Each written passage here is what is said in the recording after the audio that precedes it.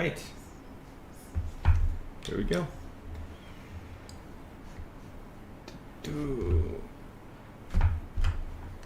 All right. Let's see. We're going to try and actually make something today. We're going to make this, this little hoodie thing here. The cut-up hoodie with the tank top. So, I guess the first thing to do is to make a sloper. Always start with the sloper. Doesn't matter what you're making, you start with the sloper. So, I'm going to make a quick sloper for this. Actually, since it's a tank top, it's a little bit different because it's a stretchy elastic material, so this probably won't be like a standard sloper. This is a good opportunity to look at fabric properties though. Well, let's just start it. So on something form-fitting like this, that does not have darts, because obviously this tank top is stretchy, doesn't have darts, I'm still going to start it the same way, start everything the same way. We're just going to scale this down, too much, until it just fits around the bust, right? So I don't want it to be super tight yet, but I just want it to be fitted around the widest part of the torso. So we'll go ahead and do that. Yep.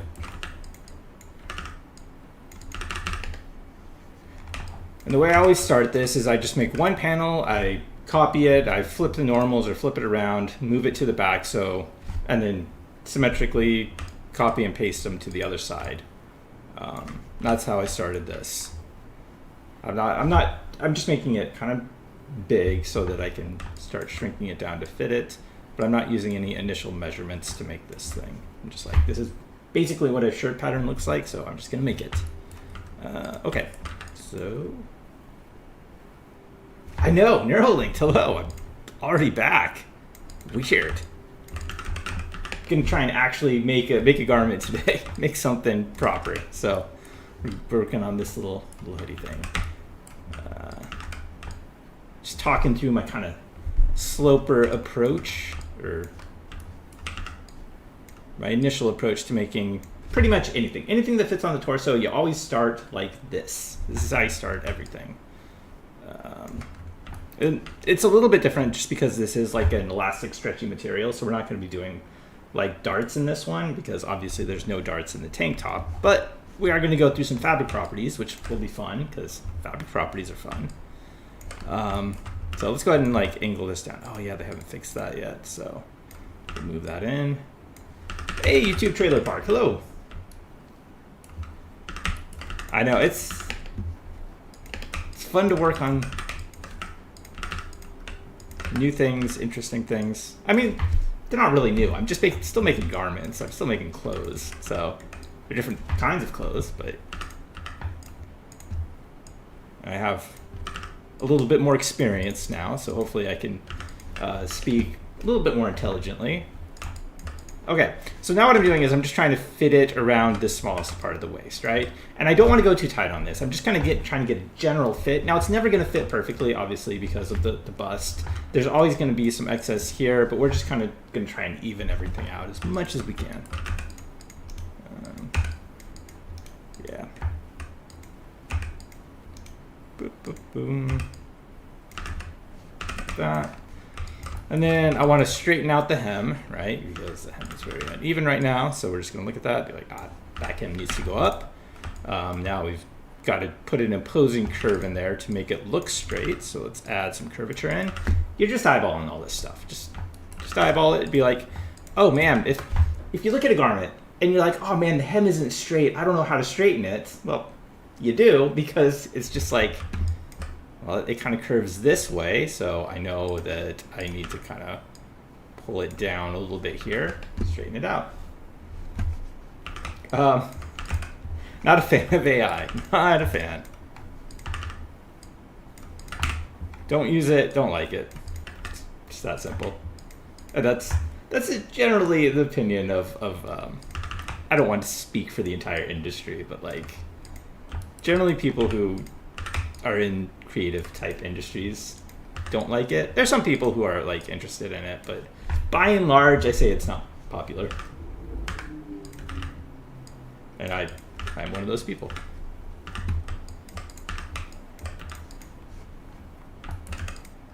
I don't have any like intellectually deep thoughts on it. I'm just like, I don't like it. It doesn't work for me. No. That's all.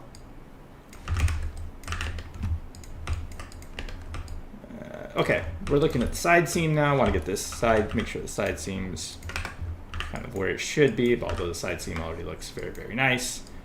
Obviously, I use match-up a lot. I love matching up edges. Holy crap, matching up is so good. And I have that on a hotkey, but you select two edges, you go to match up, you can match up start to center to end.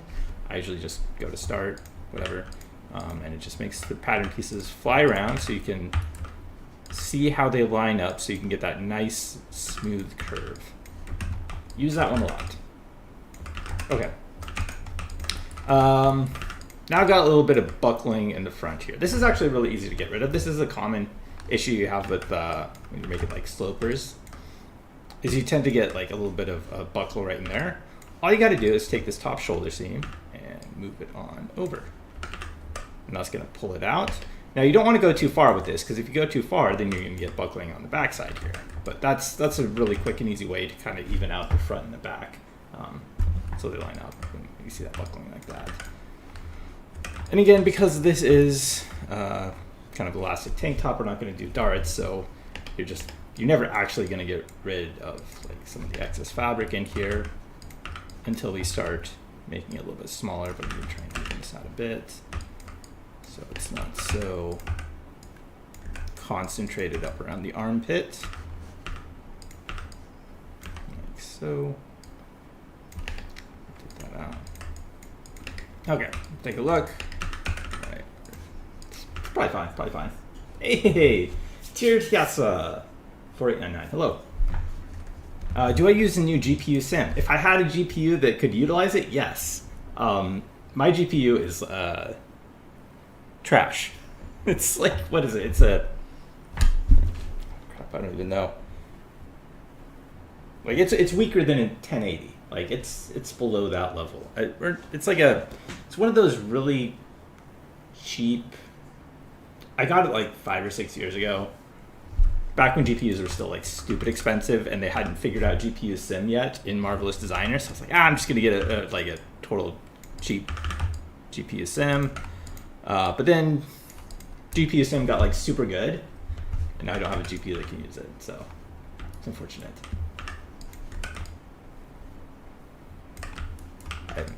I am needing to upgrade my computer, and when I do, I will likely get a, although now it's just bad time.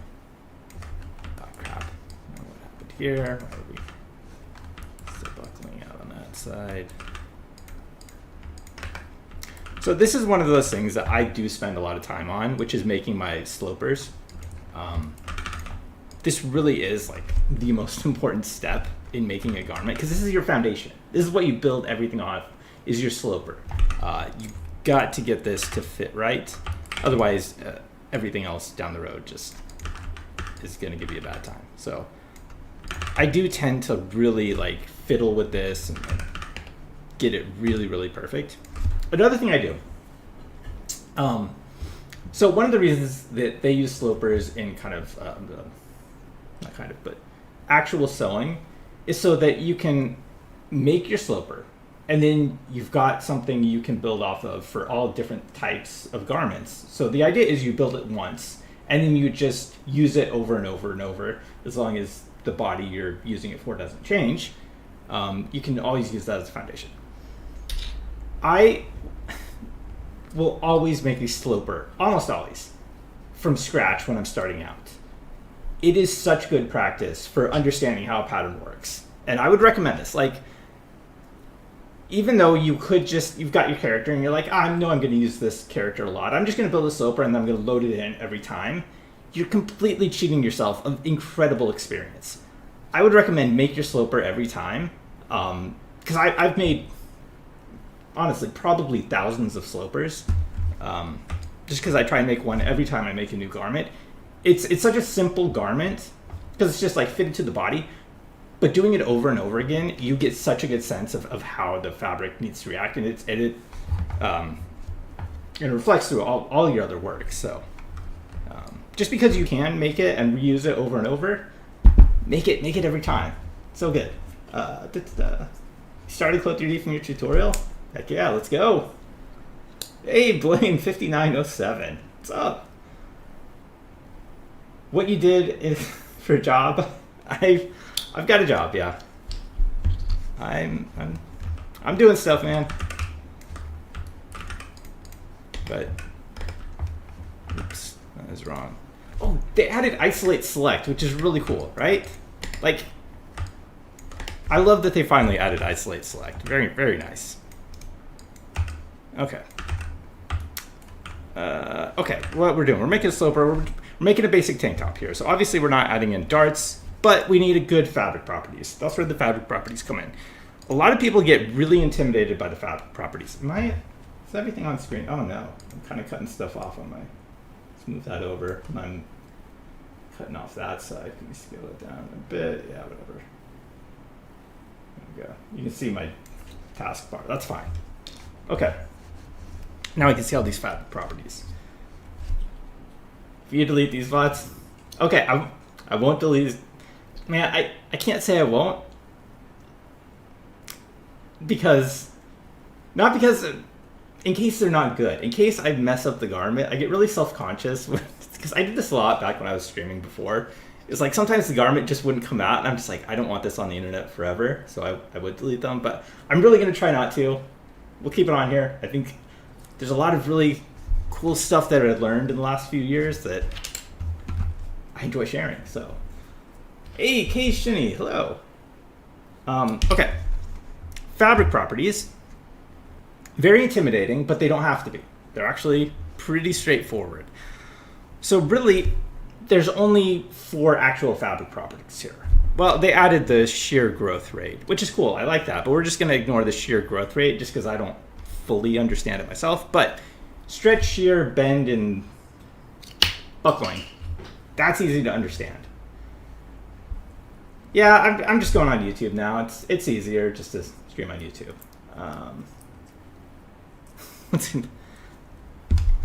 The one that everything you need to learn Clo3D is still out. Is still on my YouTube channel. It's like all the most crucial information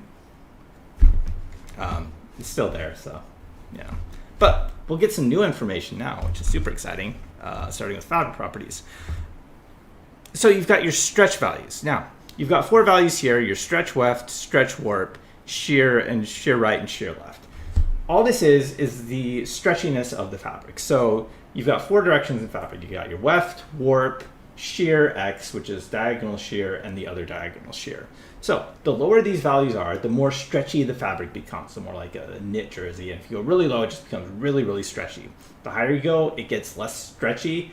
And the higher you go, it gets more wrinkly and crinkly, actually. And you've got 4 directions. So in real life, fabric is woven. So it's got threads going this way, threads going this way, and then it's got like the diagonal in-between stuff. So on standard kind of normal woven fabrics, the fabric is less stretchy in this direction and the X and Y axis, the weft and warp, because imagine you take a single thread and you pull it, there's not a lot of give in that thread. You pull it this way, you know, the threads are going this way, there's not a lot of pulling.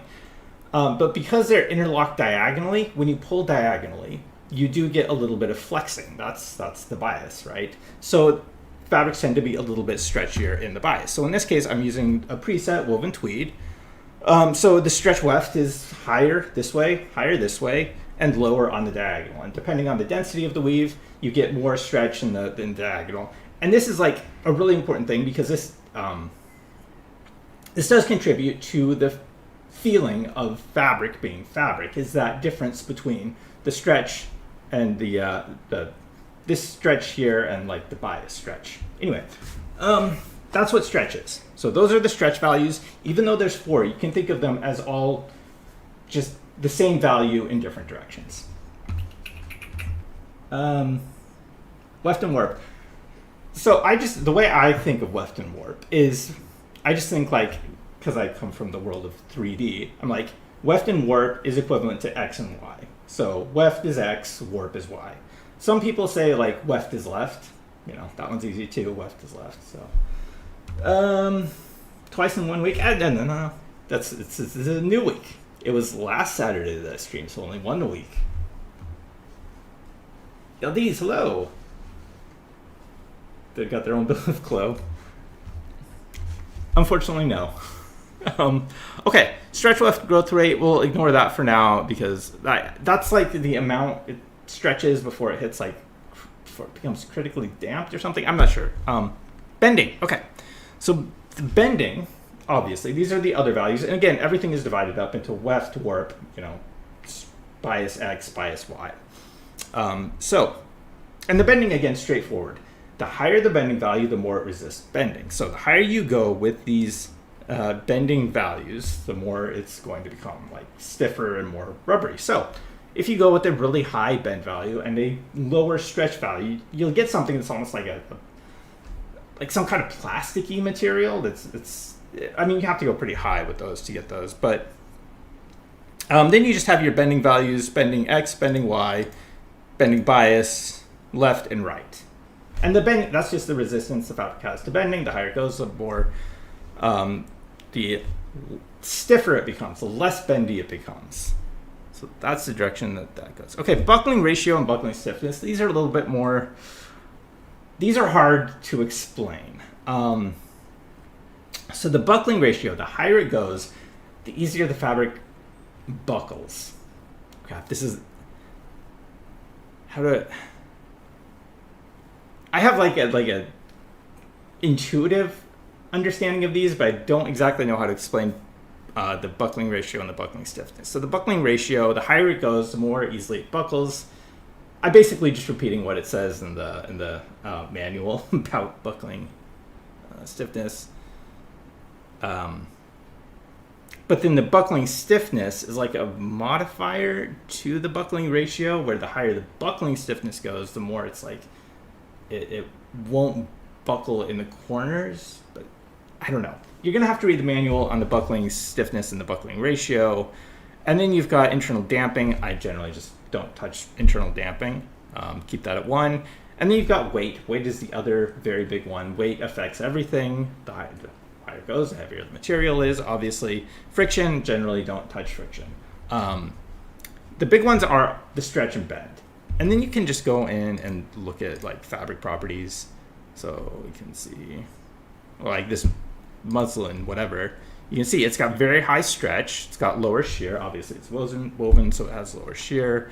Knits are interesting because knits actually go the other way. Because they're knit, they have like more stretch in the X because it's, but anyway, shear growth rate for, interesting that the shear growth rate is so low on that. I don't know why. The bending high, and then buckling, they usually keep it at pretty consistent values. Low weight. Let's look at some of these kind of knits up here.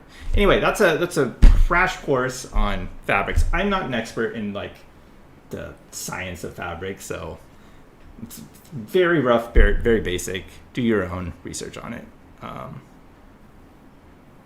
Let's see, what's your card knit? Stretch. Okay, so the shear is still lower there. Generally, knits in general are gonna be a little bit stretchier. Yeah, they still have the, oh, interesting, the buckling stiffness is all the way to 100. Okay. Okay, let's try the jacquard knit. Okay.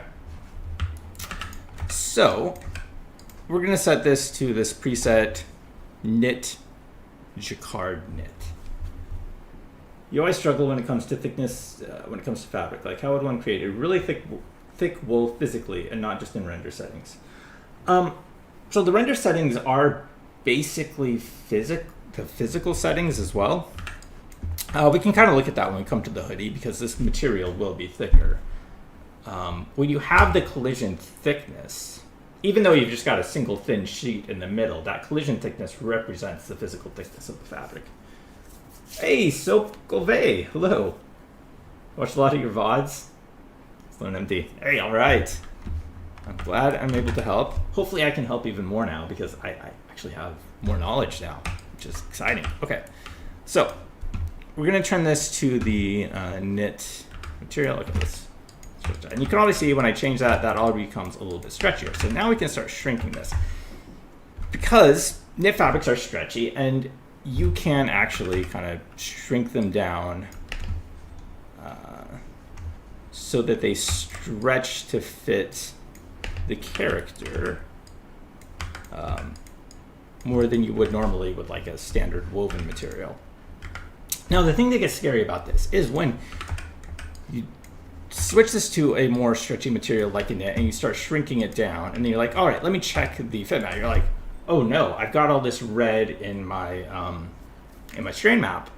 That's not always a bad thing. Does this have let's see, fabric? Okay, so we can see, let's see, where are we at? Is this a V1 fabric? What? No. Oh, it's this one here. So we've got a lot of these interesting settings. So this is like a global stretch. This is like the amount the fabric is stretching, right? Where you see it's red, the fabric is visibly stretching. But because we've got a stretchier fabric, it's fine. That fabric is designed to stretch. So you don't always have to be afraid of the strain map, even when it turns red. I mean, it depends on what kind of fabric you're working on. If you're working on something that's more structured weave, you probably don't want so much red. Anyway, when you're doing something with like this knit fabric, it's okay to make it a little bit stretchy. Okay, so I don't want to make it too stretchy though, and that's one of the things you have to be careful of when you're doing something like this, where it's like a stretchy knit fabric. It's like, it's very easy to be like, oh, I need this to fit. Let me just start making it tighter and tighter until it fits. That's not good practice. Like, I could just like start really shrinking this down and be like, we're just gonna shrink it down until it fits. Don't do that. You do want to try and get things kind of fitted in a more targeted way. So like right here, I've got this little excess bit of fabric here. I don't necessarily want to make it tighter in this area, but I do kind of want to see if I can shrink this down in this area. So what I'm going to do is I'm just going to grab all of this right here, and I'm going to bring it down. So I'm not affecting any of the tightness down here, but I am kind of hopefully bringing this up, so this will hopefully stretch up. There we go. We got a little bit rid of a little bit of stuff in there. Going to add a little bit of shaping on this side seam, so that'll hopefully help contour it a little bit better. And then I'm going to, I still have just a little bit of loose fabric right in there, so we're going to kind of bring that up, do that. Okay, let's look at the strain map. We're still surprisingly tight in here. I feel like I might be a little bit too tight in here. This is where some of the like binding will come into effect. But for now, I'm going to add just a little bit of extra width in here. See if we can't. Okay. That's fine. That's fine. Okay, let's pull this down. Make this a little bit longer. Just in general here. Bit. Whoa, top here. It's really. Man, I don't know how much I want to go in on this side seam to try and take that volume in. So, how can I? I wonder if we could just like rotate everything here. What happens if I did this? Okay, so then we get the, okay, let's try that. So we're going to take all this whole edge here, rotate it in just a bit more like that. Okay, try and get that fitted down here. Like so. Move this down. That down, like so.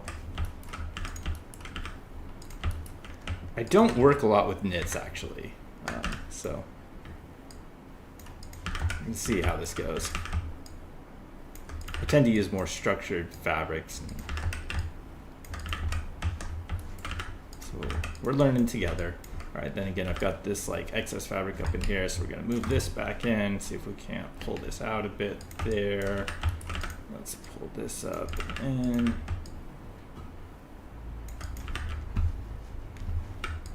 Normally, I would use darts too. Darts are a lot easier, but because this is a tank top, right? There are no darts in here. This is all just stretchy fabric. And the other thing we can do is we can make this the fabric settings even stretchier. Usually, actually, let's try different. See if we got a different kind of knit fabric we can use. Let's just go with the standard knit jersey. Oh, interesting. It's all the same. Let's see how that changes things. Okay, so that's actually less stretchy. So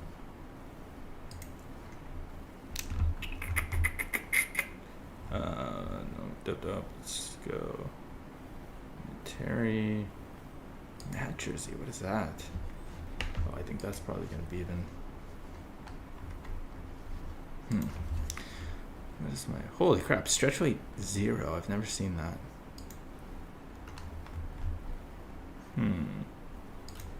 What's that one? Try that. All right. And again, we're gonna. Yeah, I'm just rotating things, and I'm getting kind of back into the exact same position I was before. All right, let's see if we can't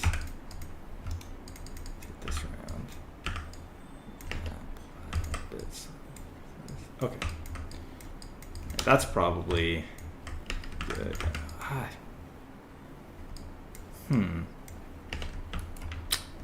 Not loving.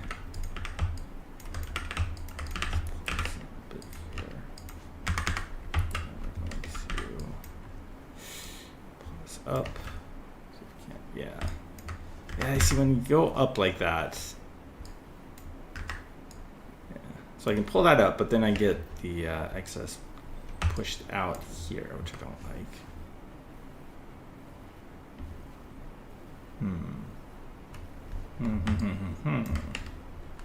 How do I want to do this?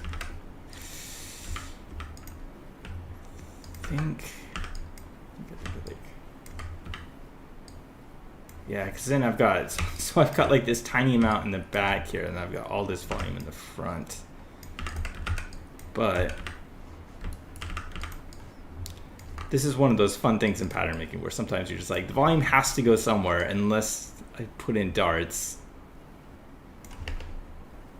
All right, let's try that. I don't want to make it too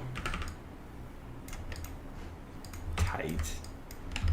I mean, that's pretty tight. That's honestly really tight. I wonder if that's too tight. Or can I do something in the back here? That's fine. This is a tight, like, you look at this. This is tight. This is stretch. If you put this on, the fabric would stretch, right? So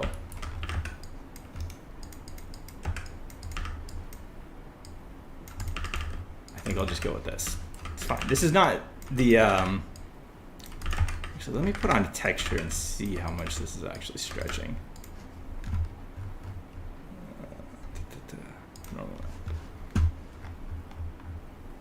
Grab something here.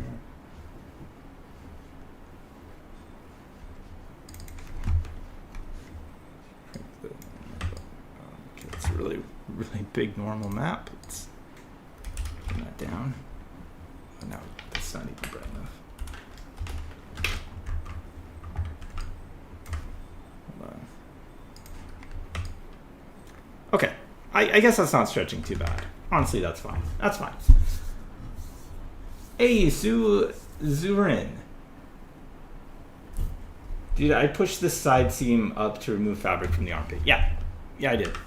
That's one of like my favorite little pattern making adjustments is just this kind of diagonal movement up this way or down that way.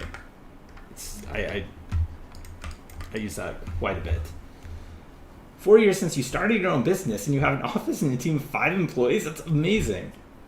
Wow, your videos gave me the foundation I needed, and thanks in part. Wow, you've been doing. That's so cool, Sue. That's awesome. That makes me so happy. That's really, really cool. You're very welcome. I love to hear it. Love to hear it. Hey, Colin Wong. Hello. Okay, so this is probably fine. We'll just go with this amount of stretch. So now let's fix the hem up a little bit here. All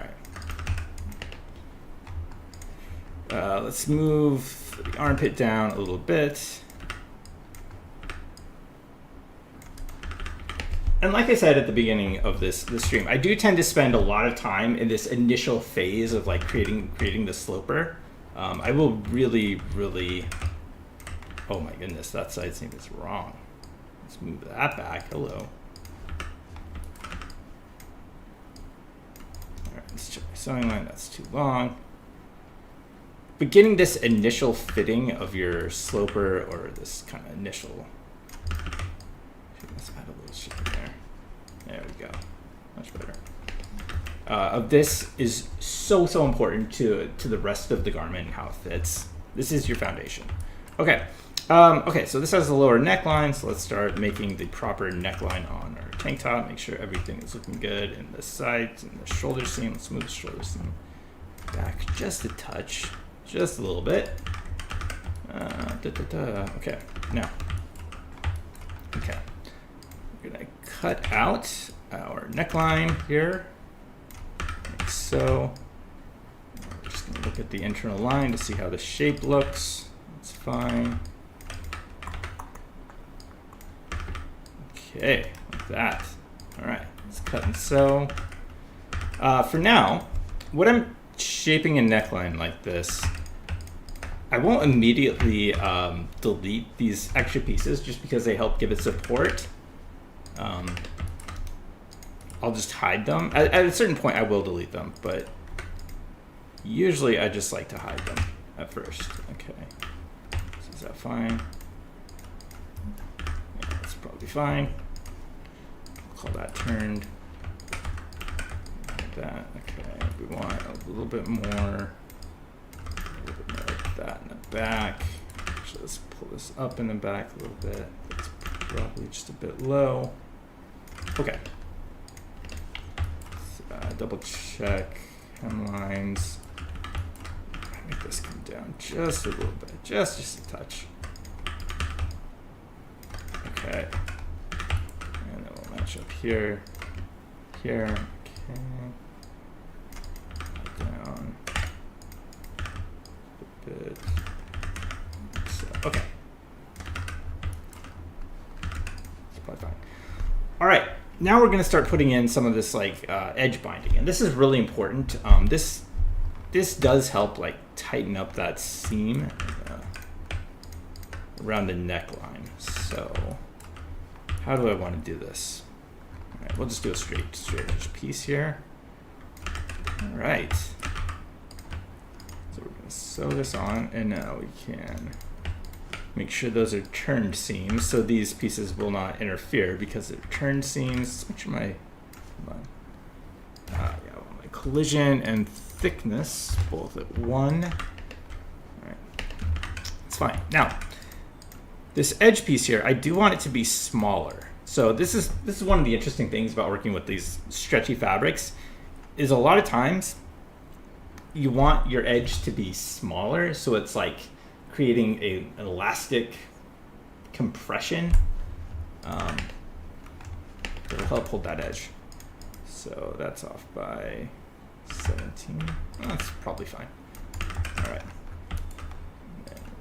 Copy and symmetrically paste that.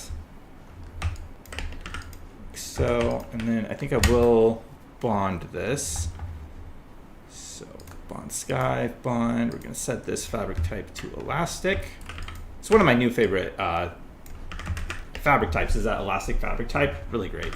Okay, so now that should hold it in place pretty well, so we can delete these extra pieces, and then hopefully, yeah, there we go. That's nice. Okay, maybe we want that to be just a little bit tighter. Let's add a little extra thickness on this. So let's go 2 and 2 there.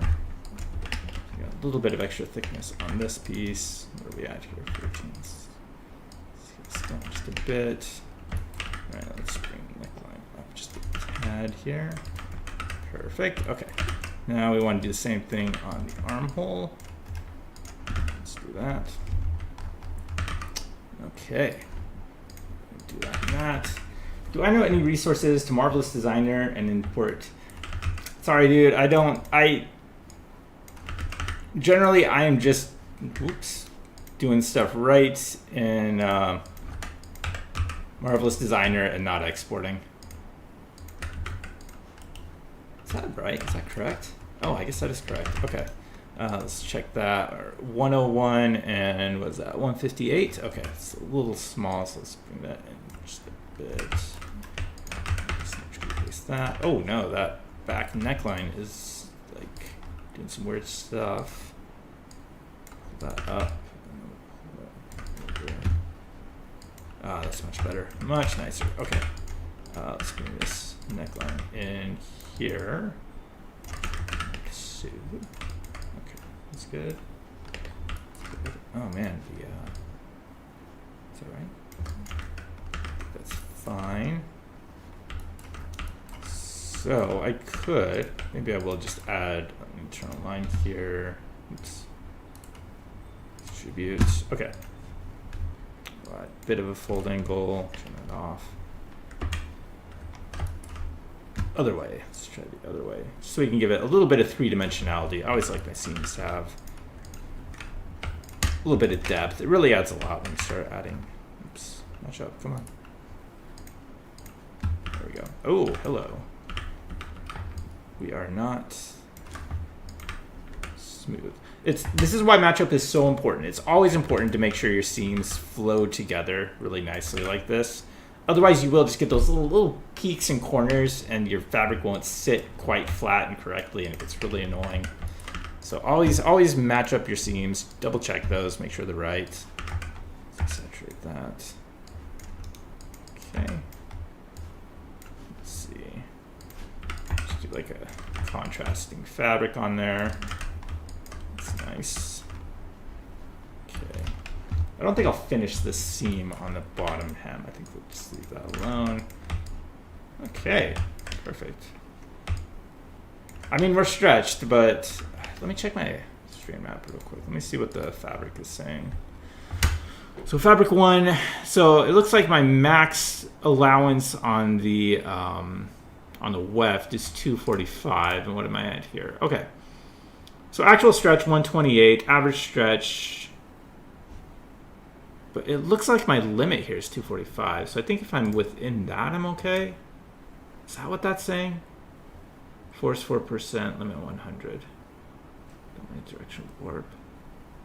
I really need to go into what all this stuff means because I haven't really done that yet. But this is really cool. Like it gives you all these percentages and based on how the fabric is. I don't know.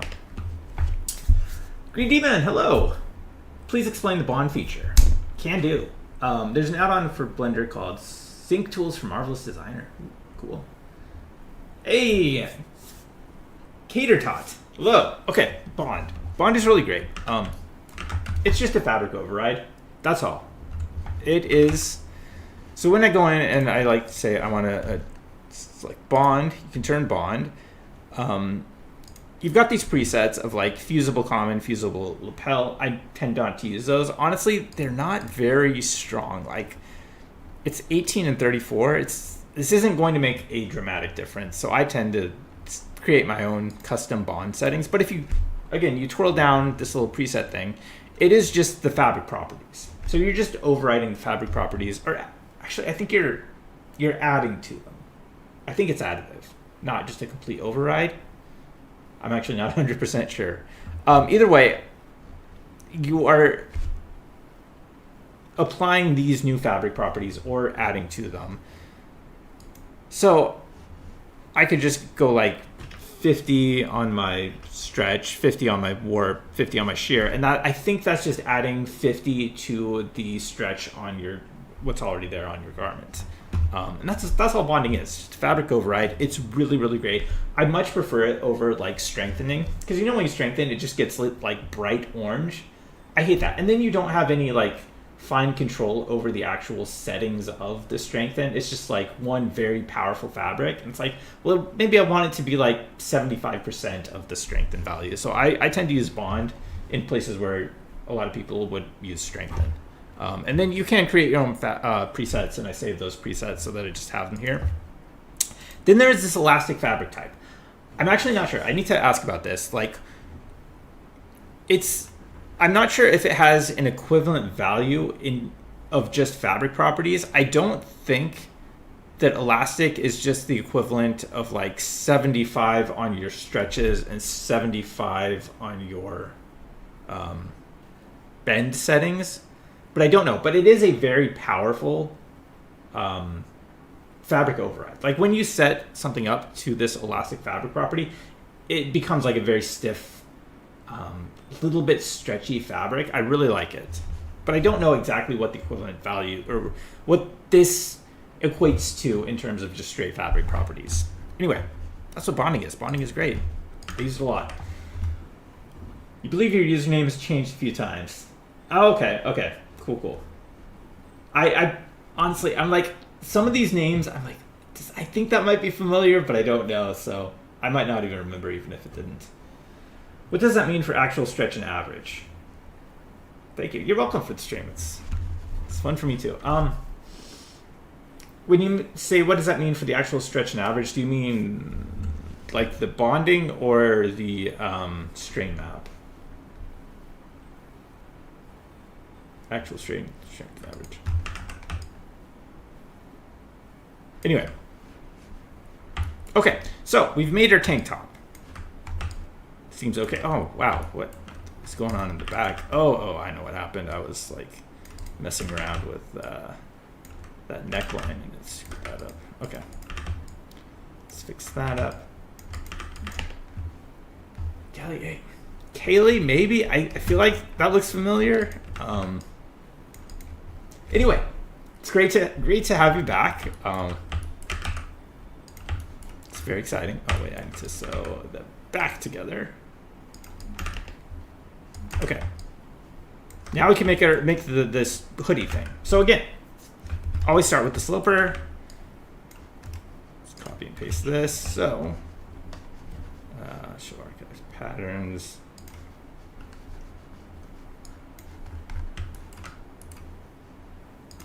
I gotta get that set up. Let's take this one. And in this case, what I want to do is let's copy this fabric off. Just make it a little bit darker. So we've got some differentiation to it.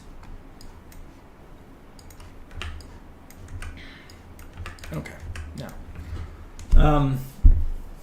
Oh, the map. I'm not super familiar with the intricacies and nuances of the strain map, unfortunately. So I don't know. There's some documentation out there, but I haven't gone deep on the strain map stuff. I usually just look at it and I'm like, oh, this area is kind of red. That means it's more stretched, and that's pretty much as deep as I usually go with the strain map. Do you have any default sim or fabric settings changed?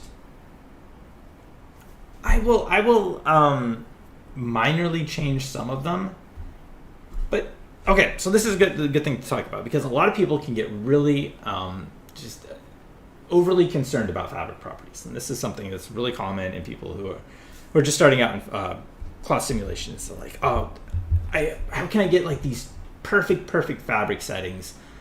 You don't need to get overly concerned with fabric settings. I tend to think of fabric settings as like a color gradient, right? In fact, fabric settings to me, they are the equivalent of color sliders in Photoshop, right? Because fabric settings don't fundamentally change the behavior of your garment. They're just changing the intensity of some behavior that already exists in there, right? So if I went in here, for example, and I changed my stretch up to, or let's see, down to 5, right? I'm not suddenly making a wrinkle go in the opposite direction. I'm just making that fabric maybe a little bit, it's not going to buckle as much in a certain area.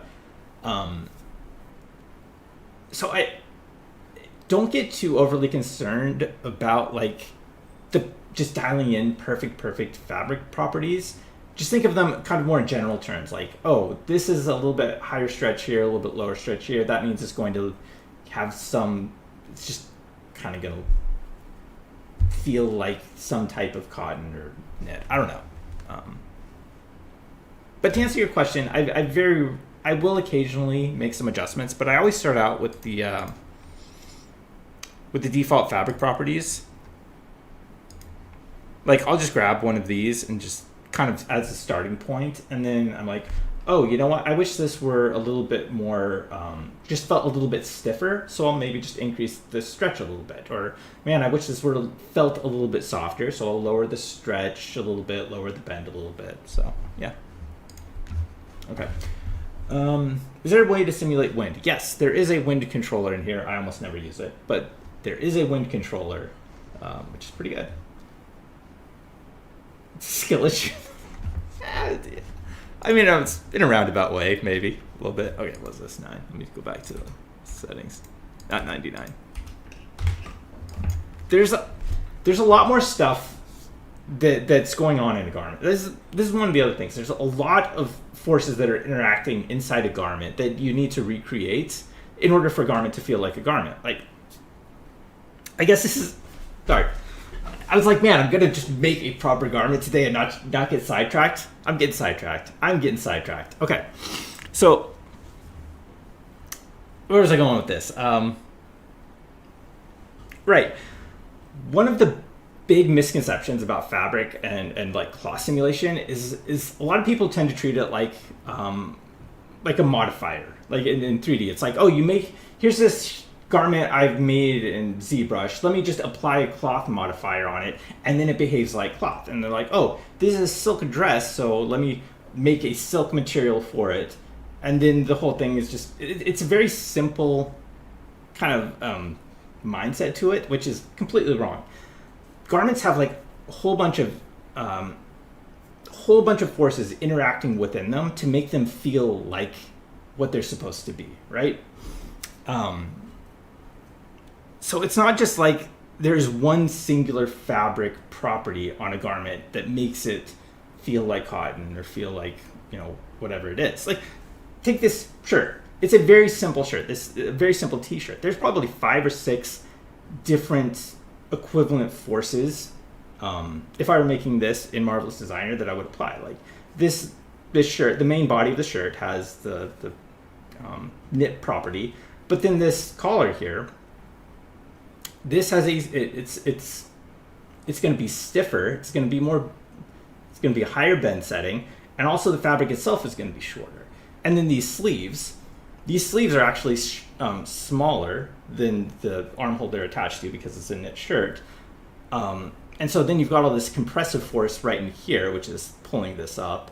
And so you've got all these interactions in just this very basic t-shirt.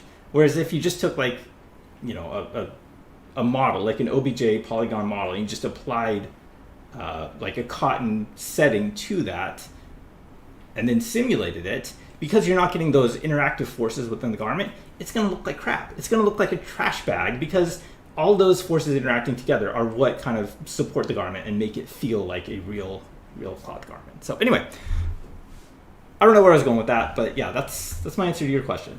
Okay. Yeah, we're locking in now. Locking in. We're making this hoodie. All right. But just one more thing on that. So you can kind of see that even in this tank top, which is very simple, but I've got like these bindings on the edge. They are smaller. They are smaller, so they're pulling it together here. The fabric properties are stiffer, and it's all that interaction that's happening here that makes this garment fit and also just feel like a tank top. Also, the pattern is just incredibly important. The pattern is the most important part, of course, and you've got to make sure that fits. But it's all that stuff that works together that makes a garment feel like a garment and makes something, you know, look really good. Okay, back to this. We're making a basic slipper. Let's see. Oh man, it's good to be back and just ranting. So sorry. We'll make some stuff now. Oh, into sewing, nice. I like to tell people I can sew. I'm not very good at it. And Marvelous Designer has just ruined sewing for me. Because real life sewing takes forever. And I'm just like, once you've kind of gone into this and you're just like, oh, let me just push these two buttons to sew these edges together, it's really hard to get into traditional sewing. It's just like, so long. So much respect to the real sewers out there. They're pretty amazing. Okay, we need to lower this. We need to bring up the back neckline here. And we're just gonna make something that generally fits. I'm not even gonna bother with like a proper sloper here. I'm just gonna kind of make something baggy that kind of matches the silhouette over here. Okay, do that, do that.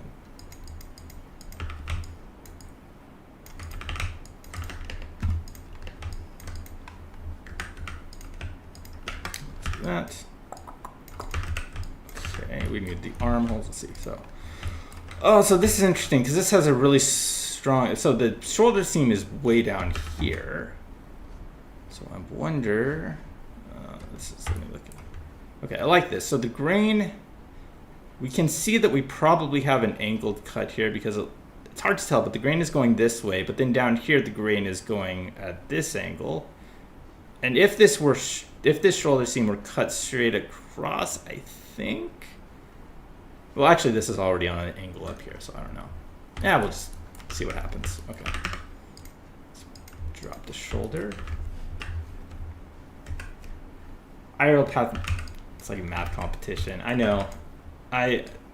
When I first started learning Marvelous Designer, I was like, man, I'm gonna learn pattern making correctly. I'm gonna go in and I'm gonna understand all the like complex formulas that they have and everything. Yeah. You have a lot of multiple unfinished tops you got to finish. Yeah, it's 3D scan yourself. That's right. Okay. So we're going to match this up, and I'm probably going to add a bit of an angle here. Okay. So how far down does this shoulder seam go? It goes down pretty far. So what does that mean? What are we looking at here? Let's make this a little bit longer. Okay. Pull this down. Let's see. Okay, that's right. Let's try and match up these 2 points here. Perfect. Match that point up there.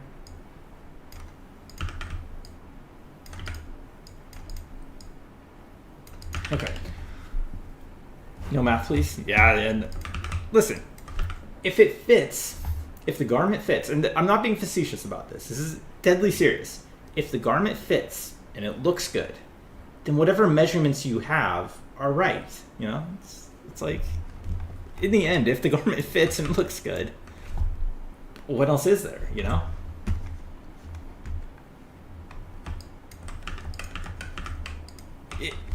Colin, it's not even like that kind of like, oh, just do it by vibes. I'm specifically talking about working in Marvelous Designer. If you're doing that in real life, if you're just like winging it in real life, that's wrong. That's just flat out wrong. If you are working with real fabric, you do need to measure, and you need to be very careful in your measurements. That is very important. But in Marvelous Designer, you don't have that limitation of fabric, right? The limitation of like, you have these very specific limitations in real life sewing where it's like fabric, one, is extremely expensive. Fabric is very expensive. Two, it takes a long time. Like, if just sewing an edge together takes a lot of time. And let's look at this, right? I can just go in here and I can go like that with my pattern. Doing that in real life, so if I'm going up to here, I would have to cut an entire new fabric piece. I would have to cut this shape out, re-sew everything back together, drape it back on, and that can take like an hour to do. I don't know how long it would actually take. Maybe if you're fast, it wouldn't take that long. But in Marvelous Designer, I can make that adjustment instantly, and I can get instant feedback on what that does to the drape. And so just by like removing those limitations of real fabric, you can fundamentally change your approach to how you tailor a garment and how you like figure out if it fits. So, well, yes, it is vibes. That has such a negative connotation. I don't like referring to it that way. So, ooh, man, I used to love thrift store shopping. Thrift shopping is freaking best, dude. Loved it, loved it, loved it. Okay, where are we going? Let's see. So we need to get this to fit.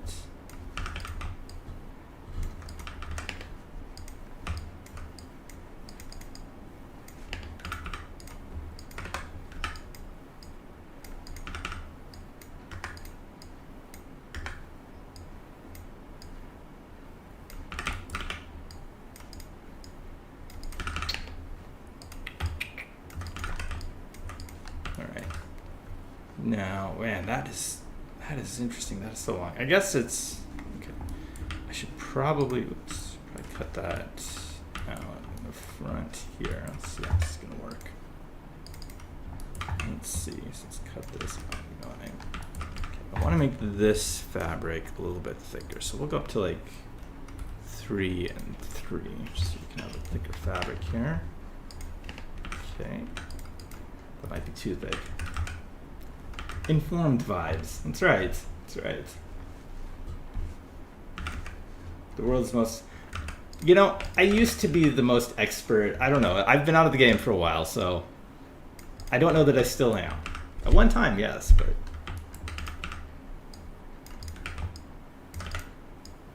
I mean, I'm pretty good. But Pensador, hello. Okay. So we got that out. Let's see... curved edge here. We're just creating the silhouette. Just looking at what's in the picture and recreating it. Trying to figure out how this thing works. Okay, I have no idea.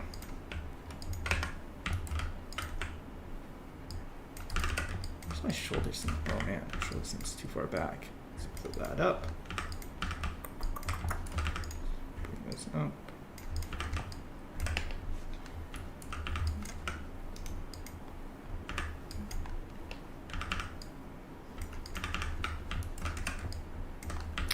Well, now wait a minute. Okay, we need to figure out how to get this to like drape out that way more, but I don't want that to... The shape is weird though.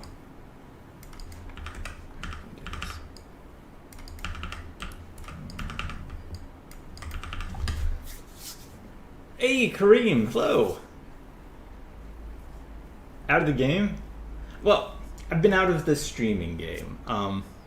I still do this a lot, but I've been kind of expanding my horizons as well. I've been doing a lot of other stuff, not just like so hyper focused on Marvelous Designer. I still do quite a bit of Marvelous Designer, but I've been learning some other stuff too. Back into 3D after a year break. Maya's so good, dude.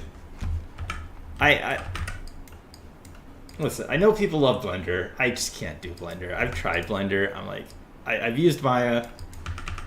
Guys, it's just better. Come on. Which area of work is more financially profitable? I don't know. I really don't know. Hey, Carol, 1981. Hello. Hello, hello. I feel like I remember that username. I feel like I remember that one. Just generally everything that's kind of around claw simulation. Just kind of like, yeah, just like all the areas that surround it. Been doing a lot of stuff in that. So fed up with Windows? Oh. Yeah. All right. What are we looking at the back? Okay, I wonder what the back should do.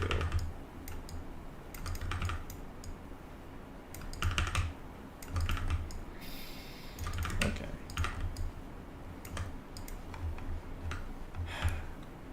Okay, let's just get some sleeves on. I think adding some sleeves might help inform what is going on here. So let's make some quick sleeves. So we got, it's not superimposing, come on. Superimpose sign.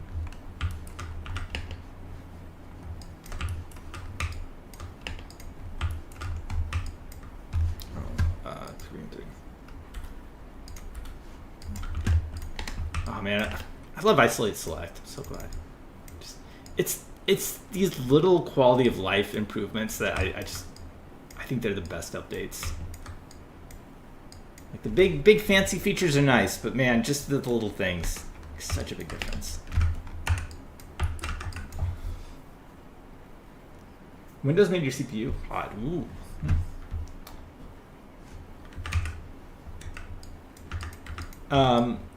Right now, Pensador neither. I don't do either of them. So I'd probably be more interested in like the fashion side. Rigged clothing, it just hurts me, guys. I don't know. Seeing like the really hyper detailed clothing in video games has just been rigged to the body. I was like, man, I understand like there's limitations, computational limitations. It looks so bad, so bad. All right, how is this thing even set up? Let's get some wrinkles in here. Yeah, let's do this. 3 and 3. Something like that.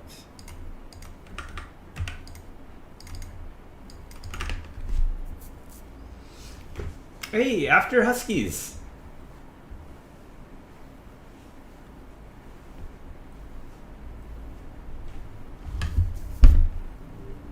The shirt video never got beyond the stitching. It just messes the shirt every time you try. Claire Obscura? Oh man, did you know what I was referencing immediately? I've actually never played Claire Obscura. I think in terms of like that, Claire Obscura I'm okay with. Here's one that I'm just like, I don't love. There's too much weight. You see how this fabric is draping, falling down too much? I'm just gonna adjust the weight, make it lighter, and that's just gonna make these kind of drapey bits stay in a little bit better. Like Cyberpunk, the Cyberpunk game, I'm like, I don't know,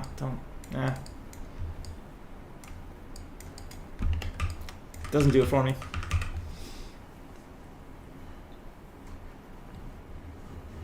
You agree on Blender? Yeah. Blender's just, I don't know. Maybe if I used it more. I just got so used to Maya. Oh, you cannot agree with me on Blender. Okay. Listen, I know there's a lot of people who love Blender. Yes, it's too that's the thing with like pretty much all video game clothing now. It's so visually noisy. And so much of the feeling of cloth comes from its motion, and it's not about wrinkles, or it's not about the weave of the fabric. It is just about like motion and the way it moves. So.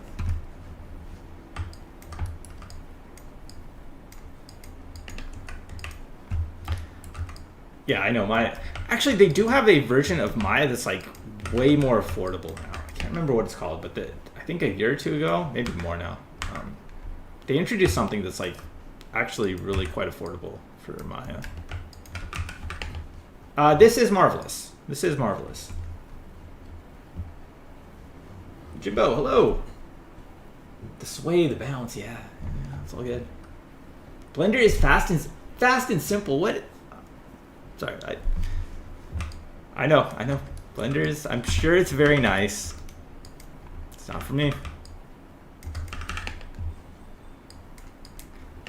Okay, so I think, man, does this need to go the other way? Hold on. Sometimes these sleeve patterns with like the drop shoulder get really weird because you don't actually want the two opposing curvatures, because you want that to be hooked in at a more straight angle, but then yeah, we're still getting like this which I don't want. So yeah, this should probably actually just line up. Let me see. So I should probably bring this up a little here. I don't have a lot of experience with this kind of pattern here with the drop sleeve. Okay, so then we're coming in. Let's make this maybe a little bit more curved. It's probably going to change once I attach the hood to. So I don't know.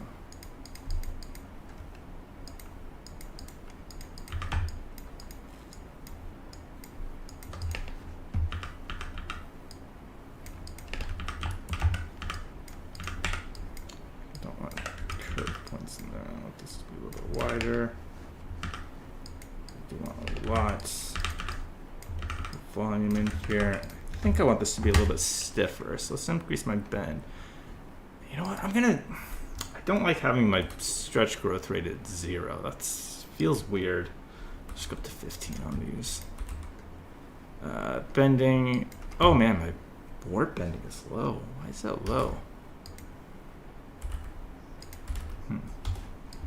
Let's try that. See how that feels. All right.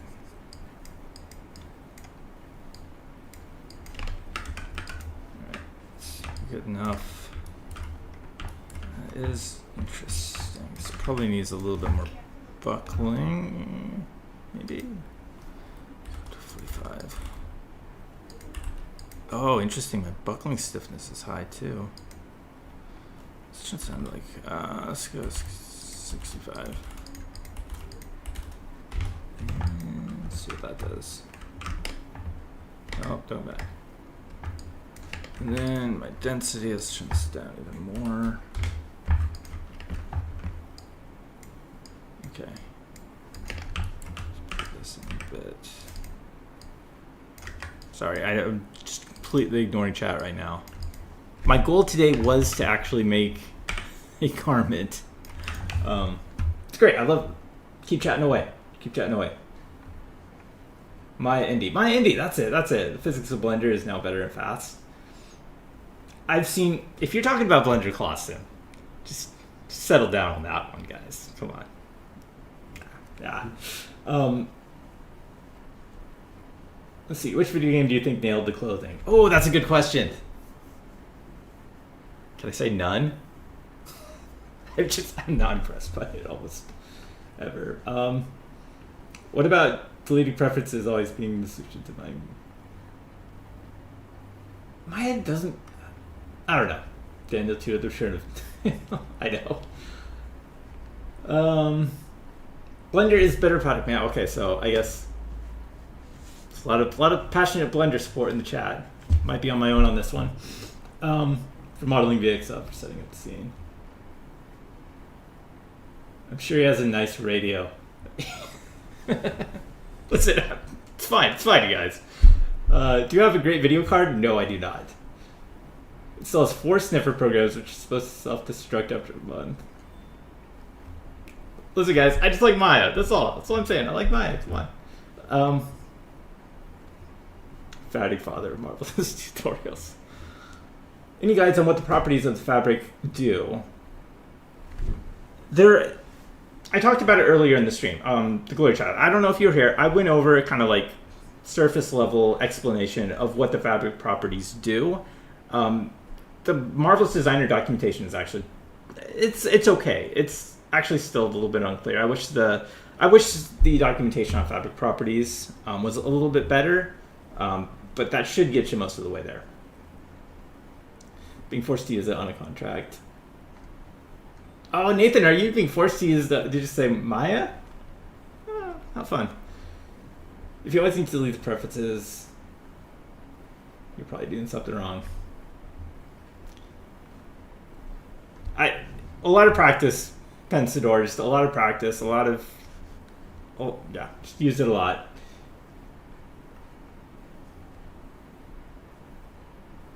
It wasn't 40 minutes. Come on. But no, it's in there. So if you go back, you'll probably find the fact property explanations. You like Maya, but not on the desk. Okay. Apologies for stirring up that hornet's nest, but my point was I just like Maya.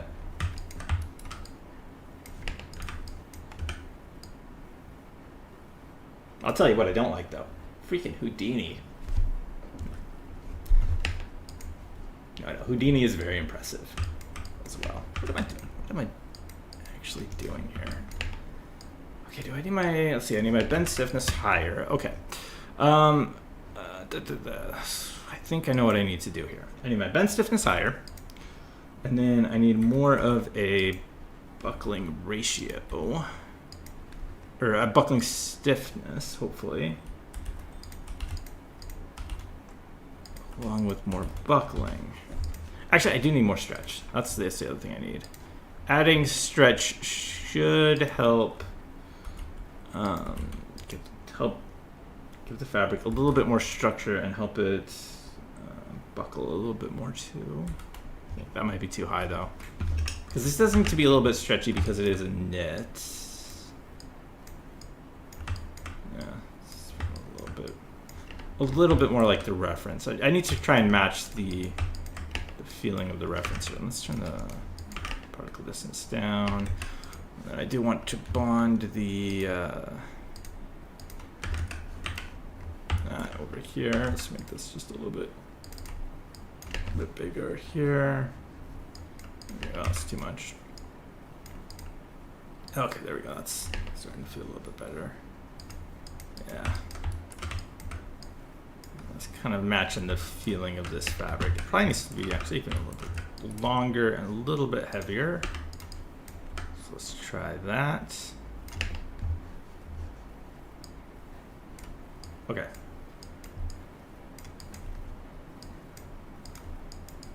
Yeah, that's all right. I wonder, this kind of feels, okay. Let's see. Okay. It's got all messed up here. Let's fix that up. Ah, there we go. That's feeling a little better. My weight might be a little bit high.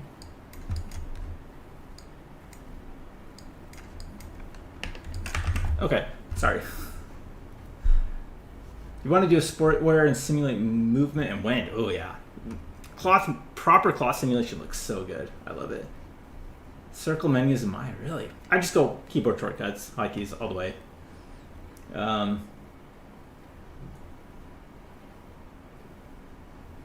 YouTube Trailer Park coming in with the, yeah, everybody has their preferences. Peacemaker take, nice. Not allowed, right? Prefer to thumbs up the video. Which programs? Well, Marvelous Designer has a wind controller. Yes, so I probably use that. And then I would do my simulations all in Marvelous Designer. Marvelous Designer's like, engine is really good. Like, I know a lot of people take it into Houdini to simulate. Why?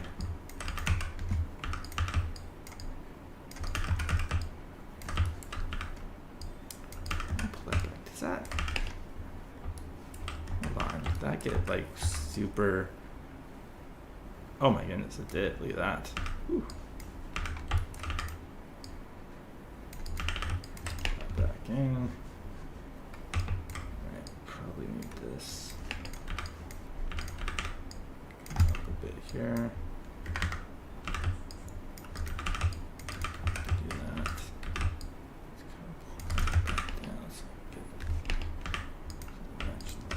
Okay, let's put the hood in. Let's make sure my sewing hasn't gone too far off. Do a quick hood. Okay. Hood's very easy to make. Yeah, this hood is down. Is this crisscross? It does have a little bit of a crisscross, not a big one. Yeah, it's true. It's really about what software you're most comfortable in. They're all very good. They're honestly all very good.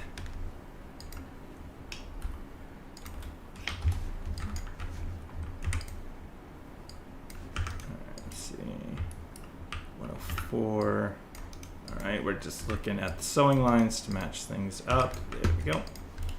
Superimpose that to the side. There we go. Okay, so when I'm making a hood, don't overcomplicate these hoods. Just start with a rectangle. We're just starting with a rectangle. We just want to get the fabric attached to the neck. It's kind of the most important part. Just get this attached, right? You want to get your neck hole the right size, then just attach a regular rectangle to the neck. Would you like to figure out Houdini more? Man, nodes aren't my thing. Don't like nodes.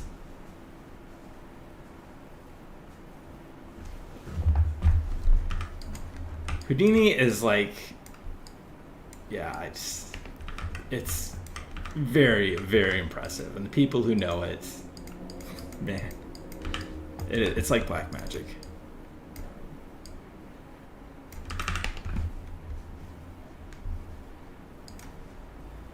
You're trying to make art, not software engineering? There you go. There you go.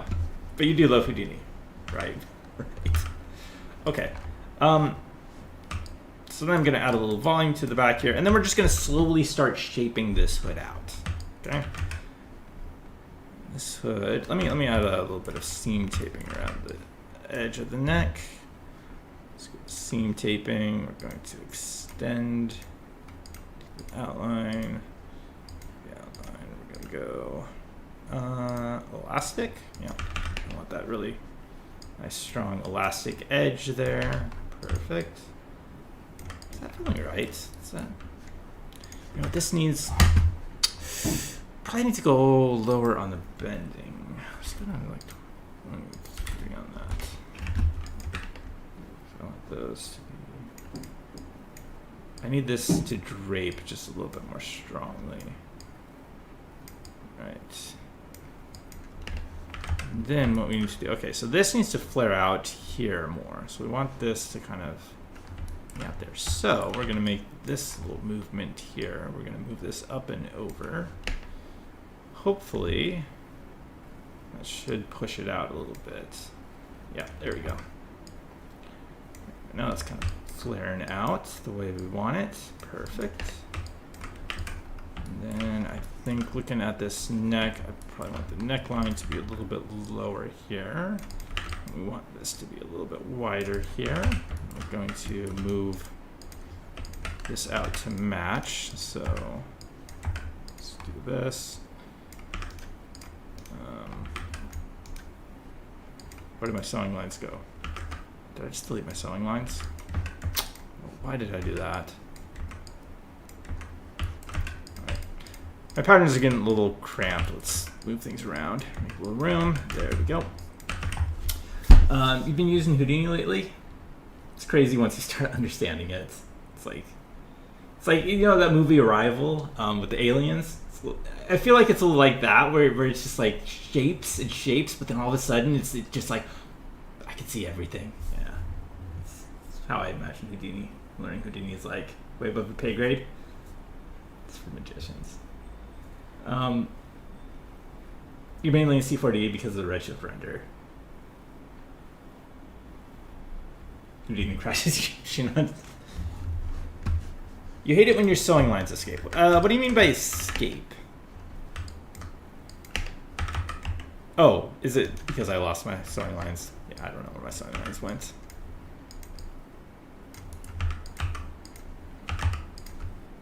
They do tend to escape sometimes. Okay. Okay, we're up at 2.8. That's fantastic. Let's see. Okay, we want a little bit of a bigger hood here. Okay. So to make a hood, what we want is a little bit of curvature down like that. So we want this kind of shape on the neckline, and then we want to start moving things up. Now, this hood is going to get really messed up because this hair is not going to collide particularly well because it's very pointy hair. And Marvelous Designer does not like colliders that are sharp and pointy. That's just kind of a PSA. Don't bring in any colliders that collide that are sharp and pointy. Your collider bodies should be nice and smooth, right? Did I make that? I didn't feel like I made that hood that big. It's like a really big hood. Oh, and I didn't sew it together either. Nice. Okay. Cool. Oh, one other thing. One other thing about this that I want to talk about with layered clothing that you're going to notice. Did this go to the wrong side? Wait, what? Hold on. What am I saying? Oh, no. They're just flipped. All right. It's fine. One thing you see I'm not doing here is this bottom layer is not frozen. There is no layer set to the bottom layer here. This is one of my biggest pet peeves I see when other people use Marvelous Designer is when they make layered clothing, they either freeze the bottom layer, which you should never do. Never, ever, ever work on top of frozen clothing. That's like no exceptions. You should never work on top of a garment that is frozen. Don't do it.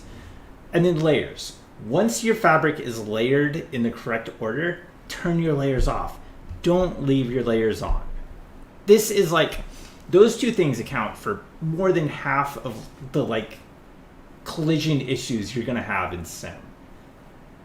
Don't work on top of frozen layers. In fact, just don't freeze anything, ever.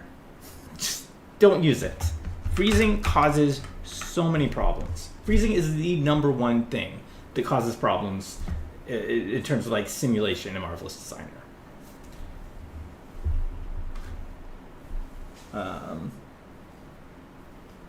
Hey, Rafael Oberdan. Hello.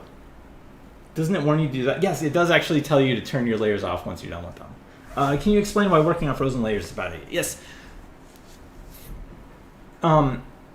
So in the same way that like spiky hair doesn't collide. I'm sure you've all experienced this, like in either the ears. A lot of times cloth will get stuck in the ears, or if you have spiky hair, it'll just get like stuck in the spiky hair, or even fingers, like fingernails. If there's like this small geo, the simulation won't interact well. A frozen garment is basically just a hard surface collision object, and generally garments have like folds and wrinkles on them, and you're just going to start getting collision interactions that aren't good. The fabric does not collide well with the frozen object. The other thing is that fabric is compressible, and that's very, very important to getting the correct fit of a garment. If even like a fairly form-fitting shirt is still going to have like little bumps and wrinkles. And if you're putting a jacket on top of that, you're never going to get it to fit right, because it's like it's not the fabric isn't compressing underneath it. There's just so many reasons to never ever, and I'm not like, but in this case it's okay. No, there's none of that. Do not freeze. Do not work on top of a frozen garment ever. Straight up, no jokes. Don't do it. It will only cause problems. Made her into a Sith. That's true. Yeah. A very not. It's not a good Sith garment. I would not be proud of this if I were a Sith. Okay. Let's see. Sew that together. So that. Boom. I know it's one of the things that it seems like everyone does it. And they're just like, why is my simulation like freaking out all the time? It's like, it's because it's frozen. There's this idea that, I don't know, it's just, it makes sense if you don't, like, if you're not familiar with cloth simulation, you're like, oh yeah, if I freeze it, then my simulation will become more stable. It actually becomes less stable. It is more stable when everything is active and all the layers are turned off. Yeah, time to go on. That's right. And if you do this, you will see such a difference when you just start leaving everything live. Everything will fit better. It'll work better.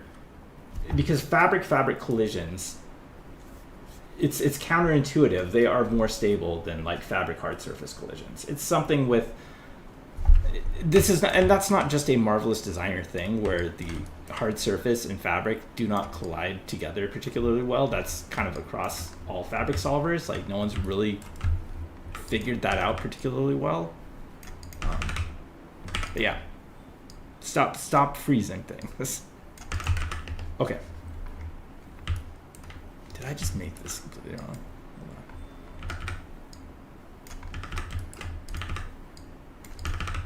Yeah, start making the hood shade. Dude.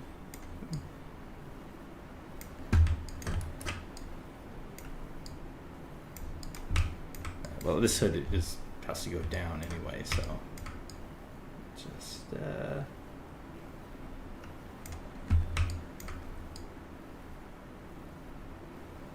sorry, I don't mean to be like very harsh on people, because I know freezing garments is pretty common, but it really is actually pretty bad for the sim.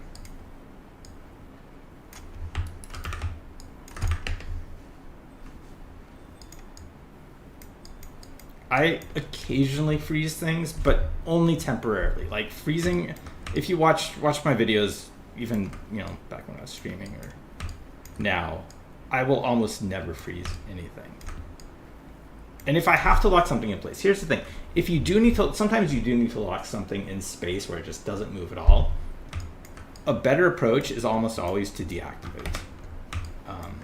Deactivate kind of does the same thing. It locks everything in place, but the deactivated piece doesn't collide with anything else, right? So even though this is locked, but I can move it and it just passes right through, right?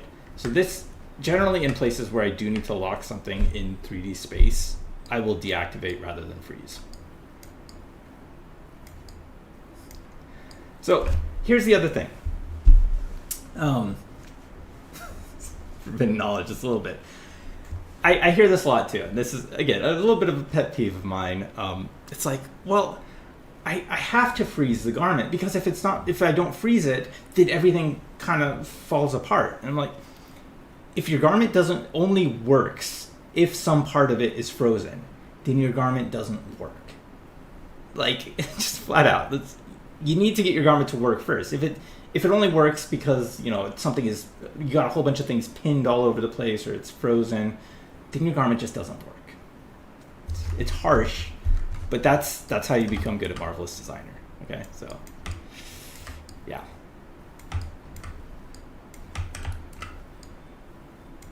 Yeah. Well, let's wait a minute.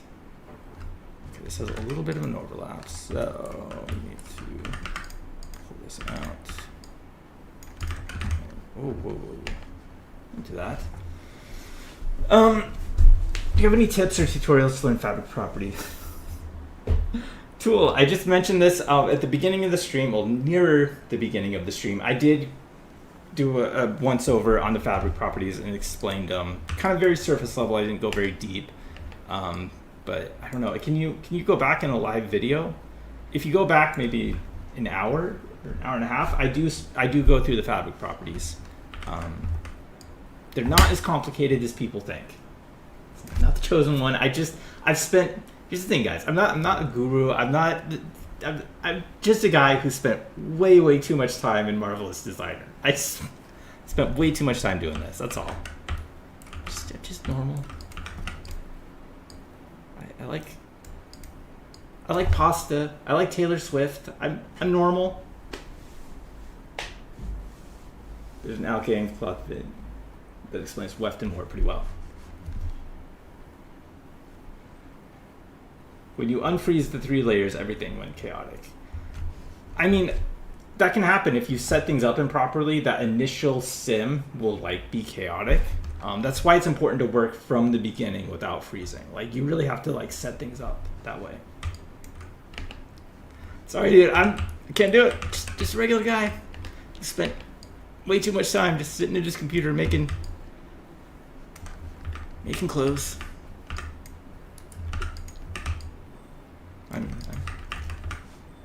But thank you, appreciate it. Let's see. Well, why does this hood look so bad? Hold on. This hood kind of sucks right now. So, which is bad because I've made a lot of hoods. It's one thing I do make pretty well. Okay, so this is going to need to overlap here to the other side, so that goes to that side. Let's just overlap this side to that side. Turned. Okay. That's better. That's looking better. Okay, so what I need to do is I want these things up. This up to here. This up to here. Okay. Okay, this is turned. That's turned. Why?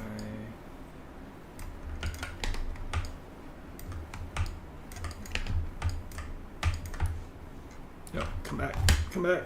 Where'd you go? There we go.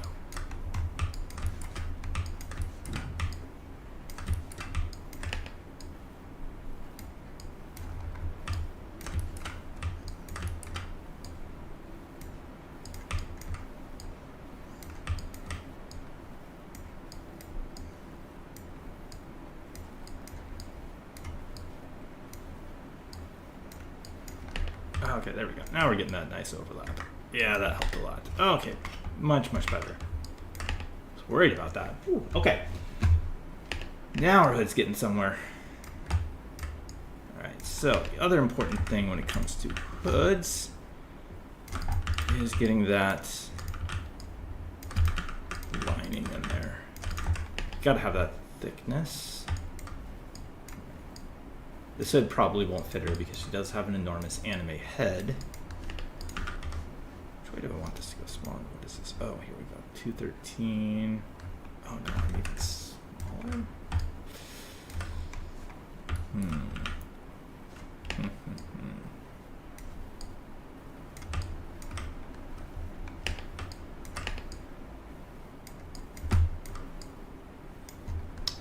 Why is this not draping evenly?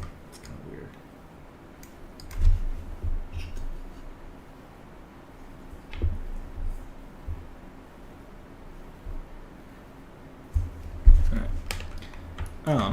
Okay. How do I want to do this now? Just offset this internal line, go off by 20. Seems fine. Layer clone under, my favorite feature. We'll cut this apart.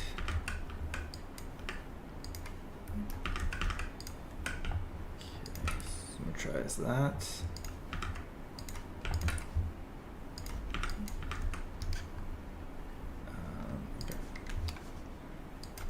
Off. Also, a couple joints here. Go by one, go by actually 3. Should be fine. One. Do this to that. Want this to be turned yes. Turned yes. Okay. That should add a lot of structure. Okay. Do I follow runway fashion at all? Only in as much as that I go on Pinterest and I like search for like interesting garments to recreate. I do. There is that fashion channel on YouTube. I actually really like that. What is it called? I don't remember. But they just show every fashion show like ever, pretty much. And I actually do really like watching the fashion shows. I always have opinions about them, but I don't follow it. I really enjoy it though. I love a good fashion show.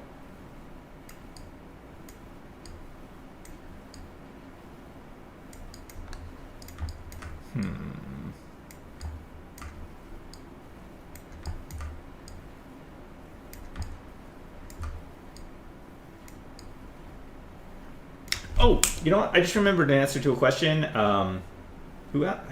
Sorry, someone asked. Scroll up. Let me see. Cater Top, maybe you asked this, but you asked, what video game close do I think did a good job? And there's one I think did a good job. That's the Yakuza series. The recent Yakuza games, I think their close are good, mainly because I think they're one of the few games that get suits right. Everybody gets suits wrong. And I think the suits in Yakuza are really, really good. Even though it's still got that like really clunky rigged cloth look. I think Yakuza, the Yakuza games do good work on their clothes. I don't know. I don't like the that's one of those like overly like visually noisy designs where it's just like, oh, it's post-apocalyptic, let's just start putting random crap on our costume. I don't like that stuff. Bad fitting trousers. Yeah, not so much. Yeah, maybe they do. I don't know.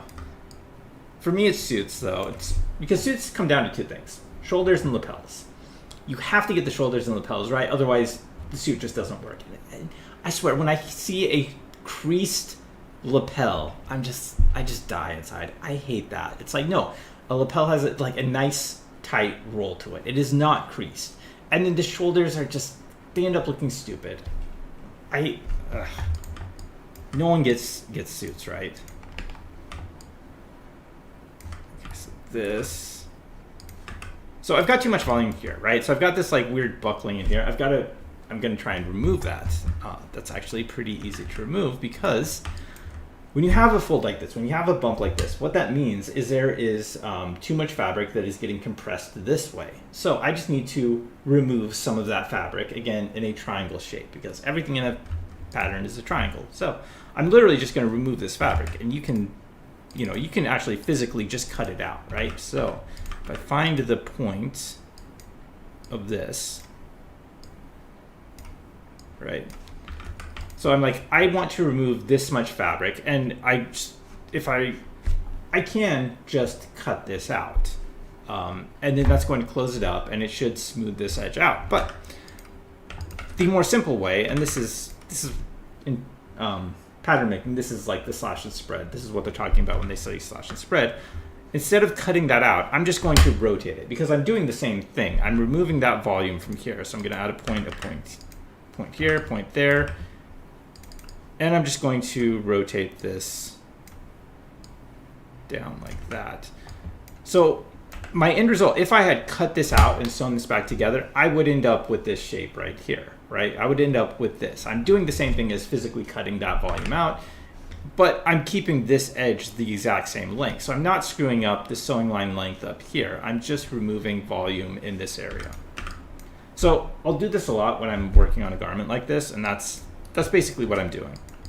But I'm looking at this, I'm saying, oh, I have too much volume here. Let me just start removing it, one edge or the other. Unfortunately, that didn't. Oh, I know what's happening. It's because I got this upswing on here. Makes sense. So I actually have another force. I think that's what it is. Oops.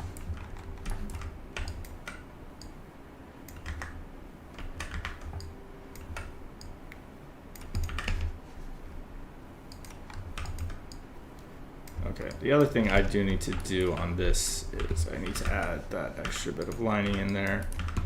So we'll go ahead and this offset by some amount. That's probably fine. Oops.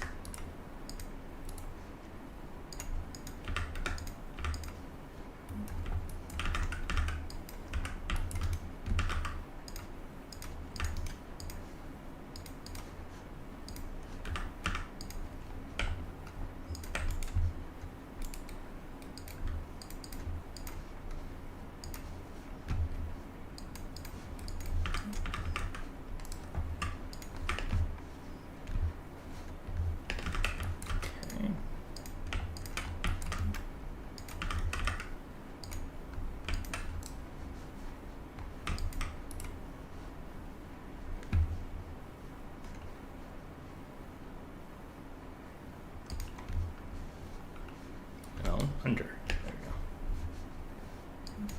Let's bond this piece here. Actually, I want to. Okay, that's fine.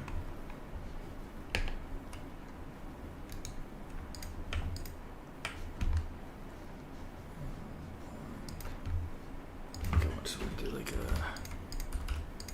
Actually, we'll try elastic, but we'll go down.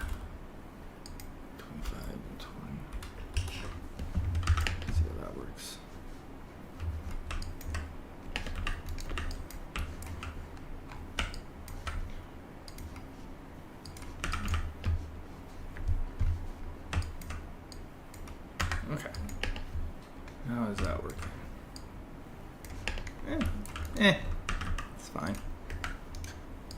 Don't want to do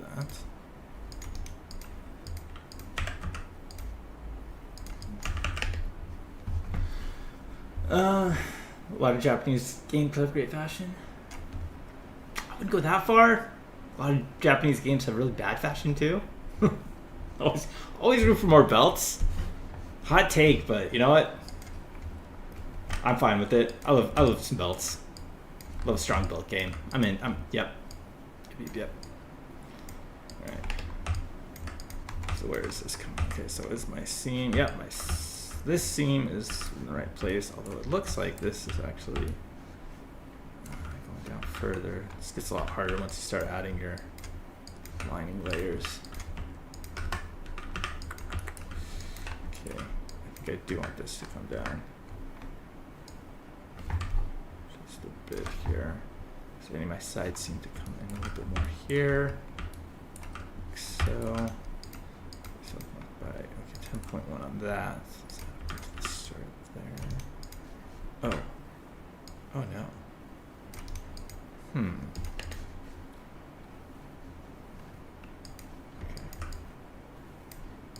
Yeah, now I'm getting that little bit more draped feeling in there. It's getting a little bit better. Okay, let's see if we can't. Oh, what? Why am I getting so much buckling on that edge there? Hold on. Oh, hold on. Really? I'm off by 12. Does that make such a difference? Man. So this does need to be wider then. Interesting. No, smaller. So now I'm off by 2.6.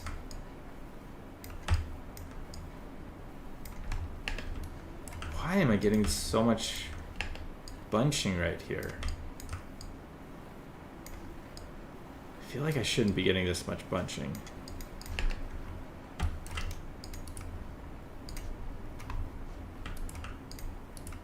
No, don't deactivate. I'm gonna hide it.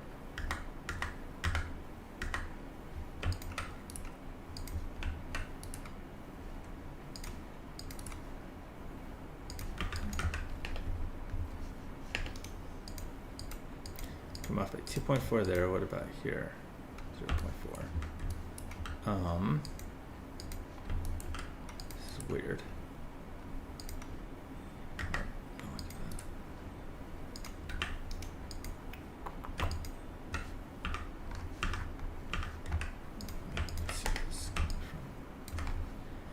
Okay, I guess just because it's going in and out, it's like,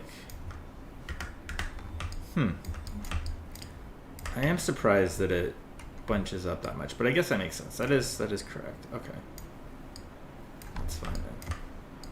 I do wish I brought this down a bit more. Can I bring this down? Yeah, once you start really adding in a lot of this detail, it's much harder to start making edits. But we're gonna try. I want to bring this down a little bit. I think my neckline is too high here, but then that does a lot of other stuff. We're kind of gonna lined up, but I'm just gonna eyeball this for now.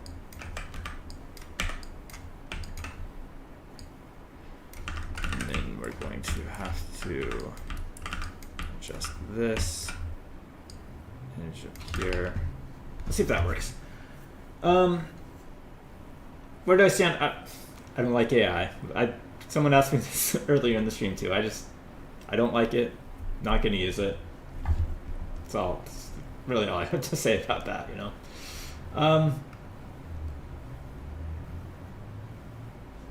Right.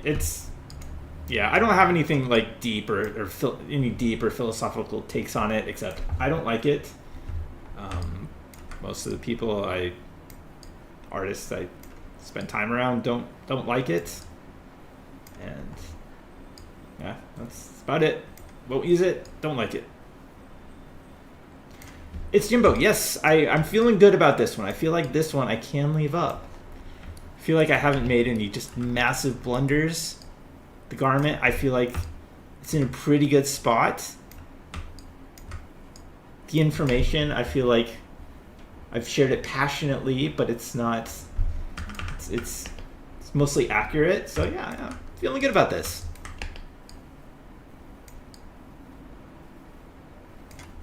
Do I think I have no idea. I'm not, I don't know.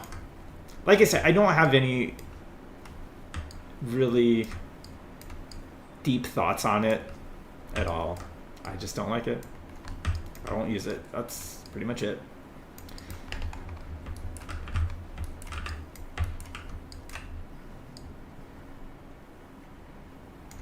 I think there is value in human work, you know.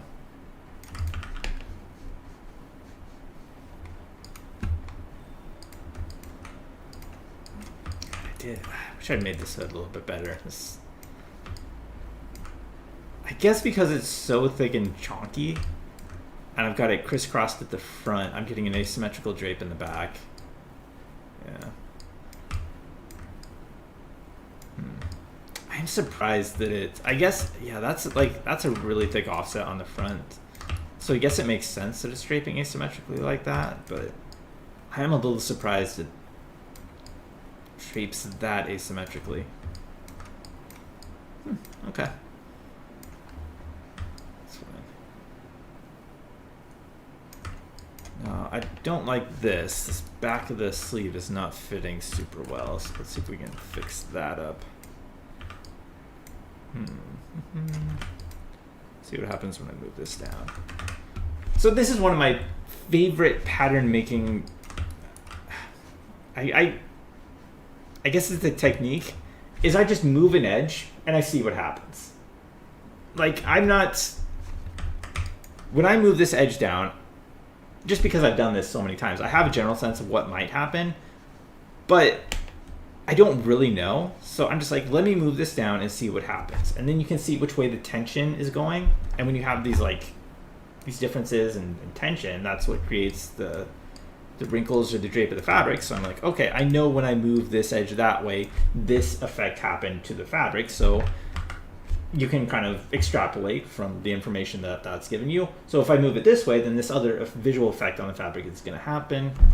And this is like a really great way of just iterating and figuring out what the pattern should be, is just moving a single edge, just try and simplify it, just one edge, move it, see what happens, and you can be like, okay, that thing happened, now I know that if I move it this way, this other thing will happen. That's all. Do I have a regular streaming schedule now? No. I'd like to stream more, but I really don't know. I'm not going to promise anything because probably won't be able to stick to it. And I haven't even looked at my reference here. Let's see. Am I even close on this? This needed much more of a smooth curve. The neck needed to come down. Man. Yeah, this should come up. I can probably fix this right here. Although this is, man. So many curve points.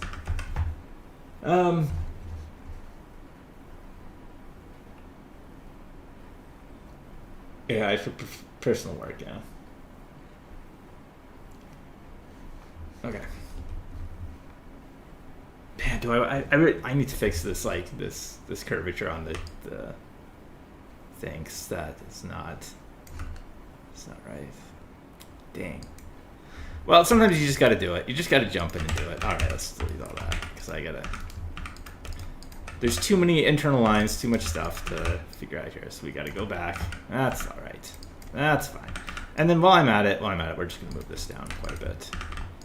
I need this. This neckline is just coming up way too far and choking her. So let's do that. Man, that's weird though. Hold on. Move this back up. Okay, so it's actually not as bad as I thought. Hold on. So if we go out by 12 here. Oh no. What? 22. Grab both of those. Okay. All right, that didn't make it as big as I thought. Is that going to pull? Part of the problem too is that there's just so much more material in the back. It is just naturally pulling back. Plus the hood is pulling it back. So everything, this whole thing wants to kind of pull backwards. Which also makes this a little difficult. Let's really make sure we get this curve right. Go on to just a bit. All right, how are you feeling? All right, now we need to let's pull this back up. So clear that just a bit. Okay, let's get a little bit more volume out on the side. That's good. Actually, pull that back. There we go. That's much better now. Okay.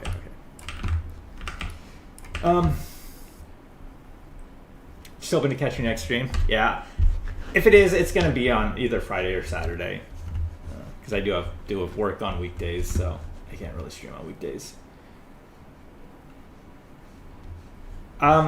Marvelous Designer. I mostly use Marvelous Designer actually. I use Clo for personal stuff.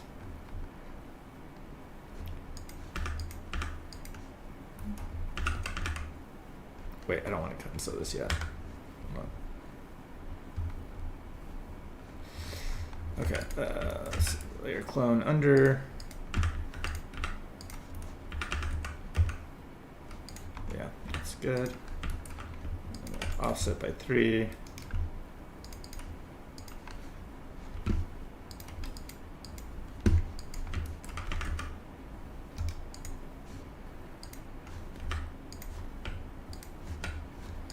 Okay, that should be a lot better now.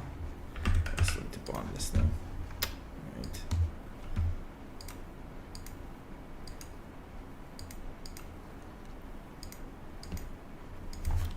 Let's go 25 and 20. Okay, there we go. I'm happier with this.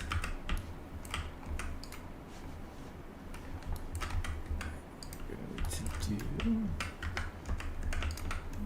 think I probably went too thick on the fabric, like physically thick. Although I kind of like the chunky fabric. I do kind of like it.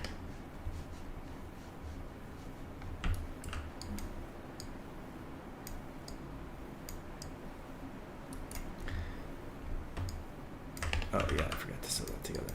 So here's another thing, like a lot of people will get very trigger happy when they see cloth intersecting like this and be like, oh man, they just really quickly stop the simulation, undo it, and try and fix it.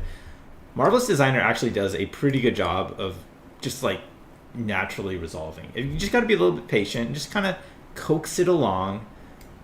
But yeah, it really does a pretty good job of resolving the IP you get in the garment. So don't be too trigger happy and like just give it some time.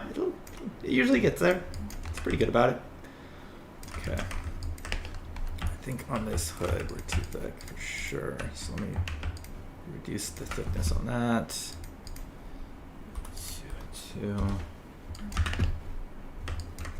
Yeah, let's just reduce everything. I think the thickness of 3 is going to be too much on this.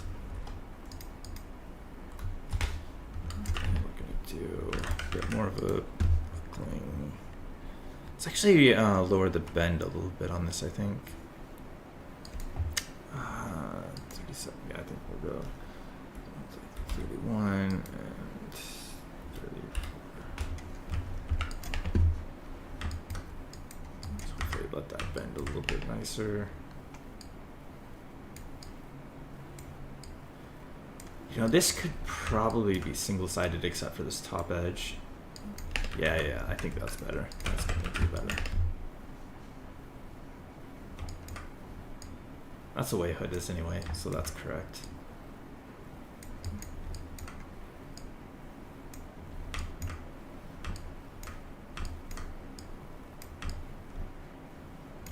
Yeah, hoods always pull to the back like that. More than you want them to.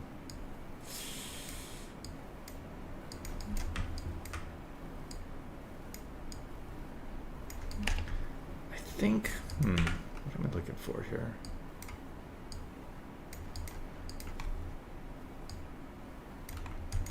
Adjust the shape.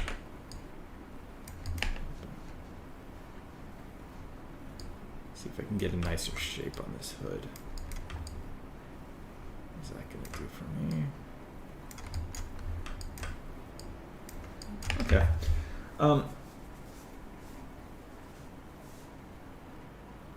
You can get a good result directly in Marvelous without sculpting it.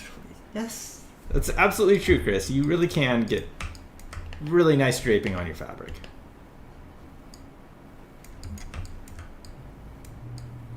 I think people are far too quick to just get things out of Marvelous Designer. Actually, let me turn down the part of this and see a bit more on this. All right, let's see. Let's see what else we need to do here. So,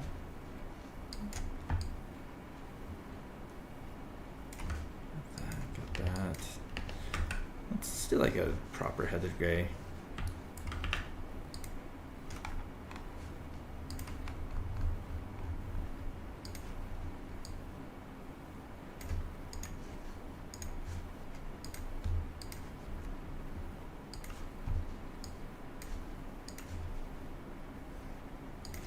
I think I do have a. Oh, yes, I do have some knit textures I can use. I think that looks right. Oh, you don't. We need the strings. That's important. We got to get the strings in here. So let's put those in. Okay.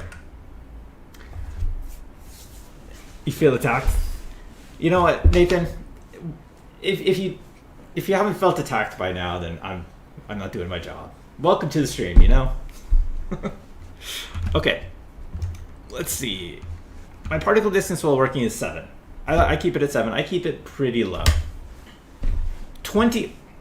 I don't know why they set the default at 20. 20 is way too high. You should be at least down to like 15, if not 10.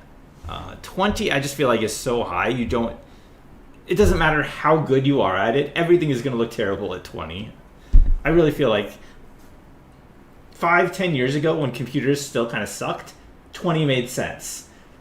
But I feel like even just average computers now can handle a particle distance of 10 really well. So, yeah, I keep it pretty low.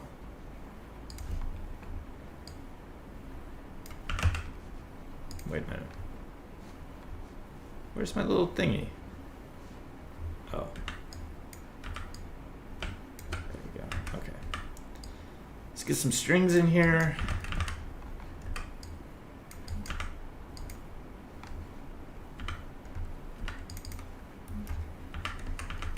Just cut that little piece out. Really? Oh, I know what happened. So this error. Oh, don't crash on me. Don't crash. Come on. Oh, thank goodness. Okay. Sometimes if you have your internal lines just slightly over the edge, you'll get that error. I've put in a bug report for that, but I'm still getting that occasionally. So you just have to extend trim. Oh no. Oh, there's that bug again. Okay. Gotta report that. Okay, now that should work. Yeah. So if you ever get that error, just look for like an internal line that's slightly protruding over the edge. And that's why. Okay, let's use this fabric. And then take this.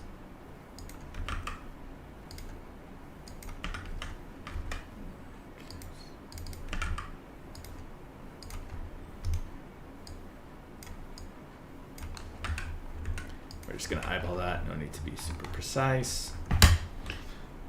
What's that?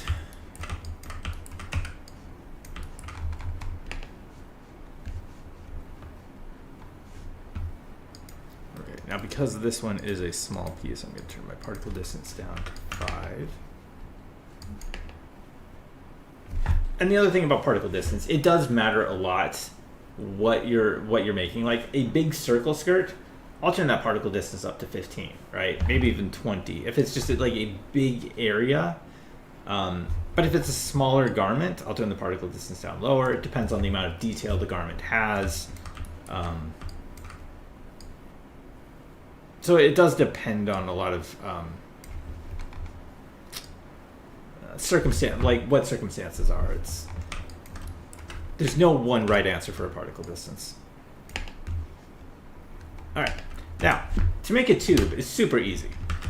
All you have to do is layer clone either under or over. Oops, let's not move that, please. Thank you. No, I don't sell any of my garments on the store. Layer clone over, or actually layer clone under on this.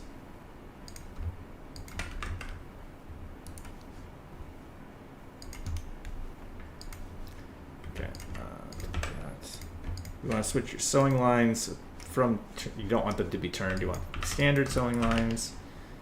And then should poof out into a nice tube. And the other thing I'm going to do is I'm going to add some internal lines, 2 on each. So just give me a nice smooth edge flow all the way down. We'll make sure the fold rendering is off. There we go. There we go. Perfect tube. Let's turn this up a little bit higher.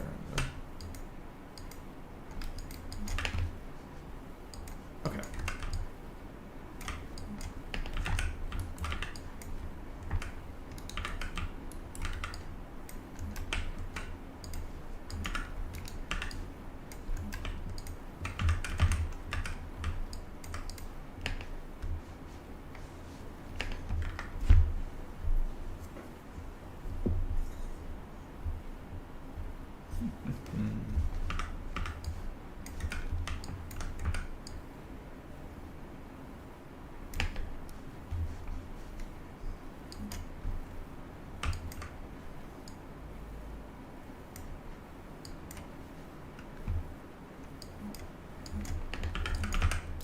Alright, then we just have to put on a little pull tab thingy. So we'll go metal.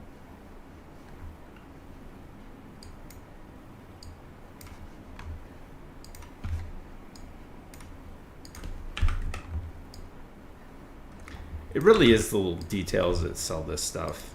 Makes such a difference. 2 and 2. So that. So actually, yeah, I can do both of them. Cool.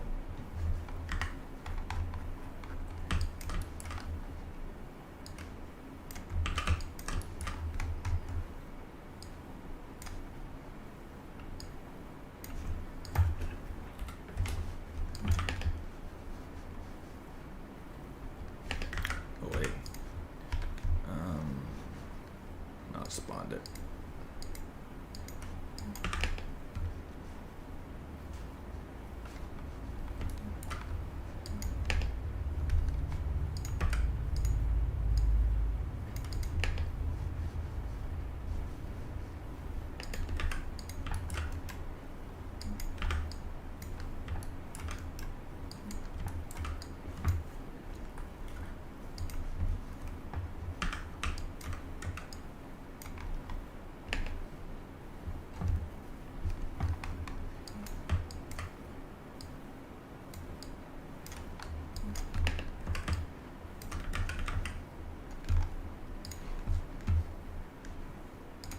See if we can find a better.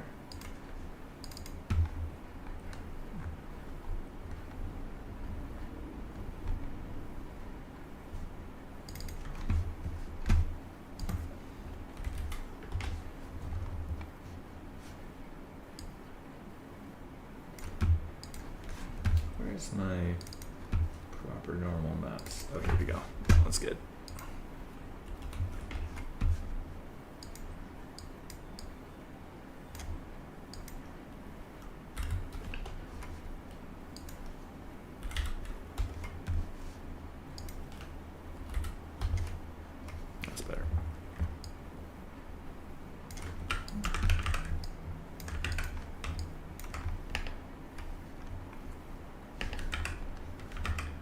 little bit of top stitching. I do love putting top stitching. I love finishing off a garment to really make it look nice.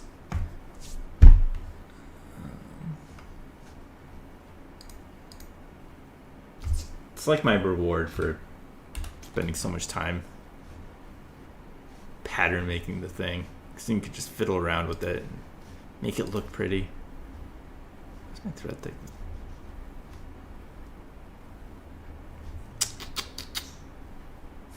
Let's try that.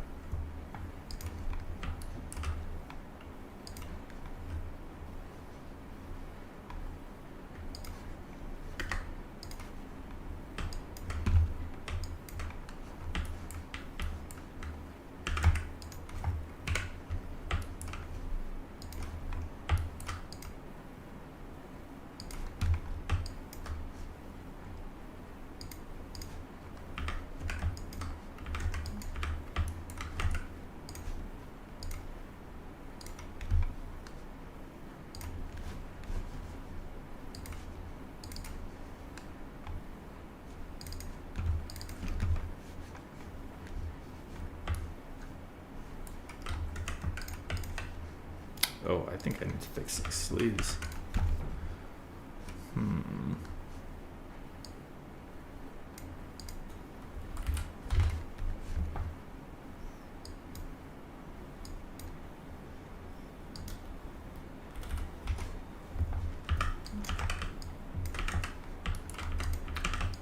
It should not be so curved that way.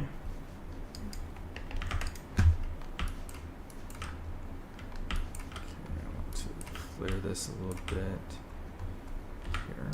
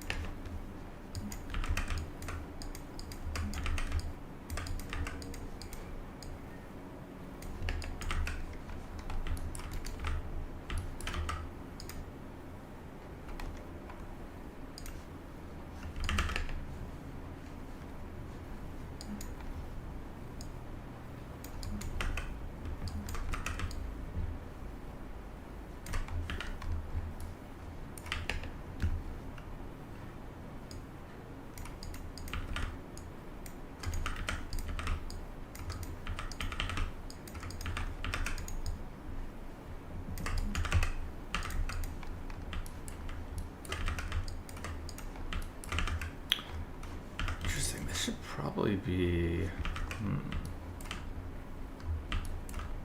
I should actually go out the other way because I want more volume to get pushed up this way. 12. Oh yeah, 12 is a while ago because they're on the like. Yeah, I think it is. 12 is pretty old now. They've added a lot of stuff.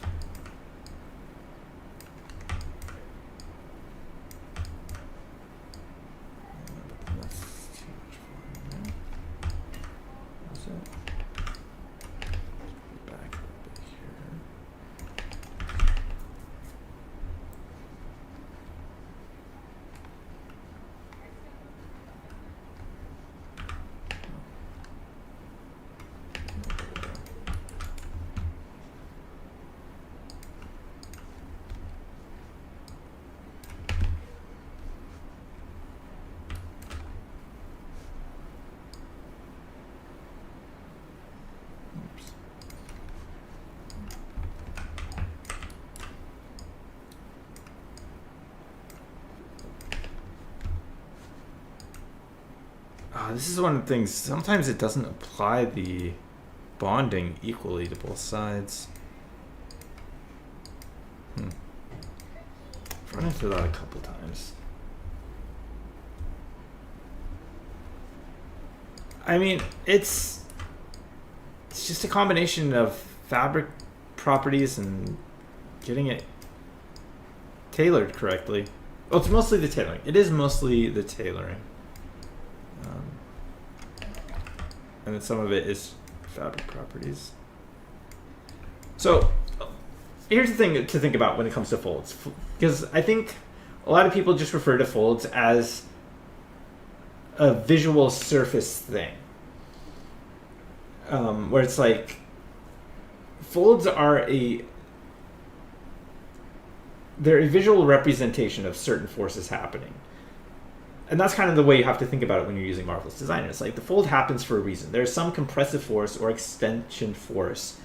And once you kind of understand, it's like I'm just looking at this here. I'm like, the reason I get folds here is because the sleeve is getting compressed this way.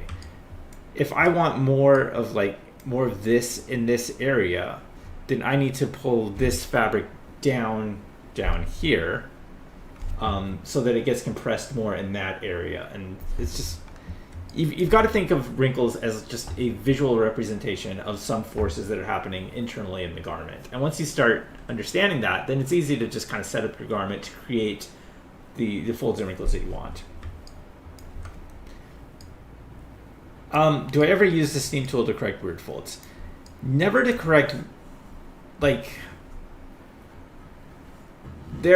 I will try and use this steam tool only in an instance where you would use an iron in real life to get rid of some kind of creasing or folding. Like at the point of a dart, I'll steam out the point of a dart, because in real life you would use steam to get rid of that point on dart. But I will never use it to create a fold or get rid of a fold that could be gotten rid of through the actual pattern itself. Have I ever used Marset tool bag? Nope, have not. All right. Well, this is about finished. I could fiddle with this for hours, but yeah, this is close enough to being done. Let's see. Let's look at my reference. How did I do? Did all right.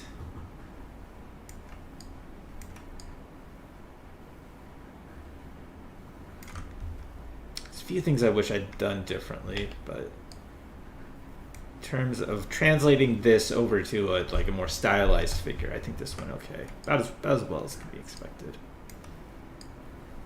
I wonder. No. Just sometimes you gotta know when to quit. You gotta know when. All right. Well, I think I'm gonna end it there for today. I don't know. I said a lot of stuff. I hope some of it was helpful. It was really fun. It was fun for me. I hope it was fun for you guys. You learned something or were somewhat entertained or enraged by one of my hot takes. But anyway, it's been fun. I enjoy doing this. Maybe I'll do it again sometime. We'll see. I'm busier than I used to be, but I do like doing this. So till next time.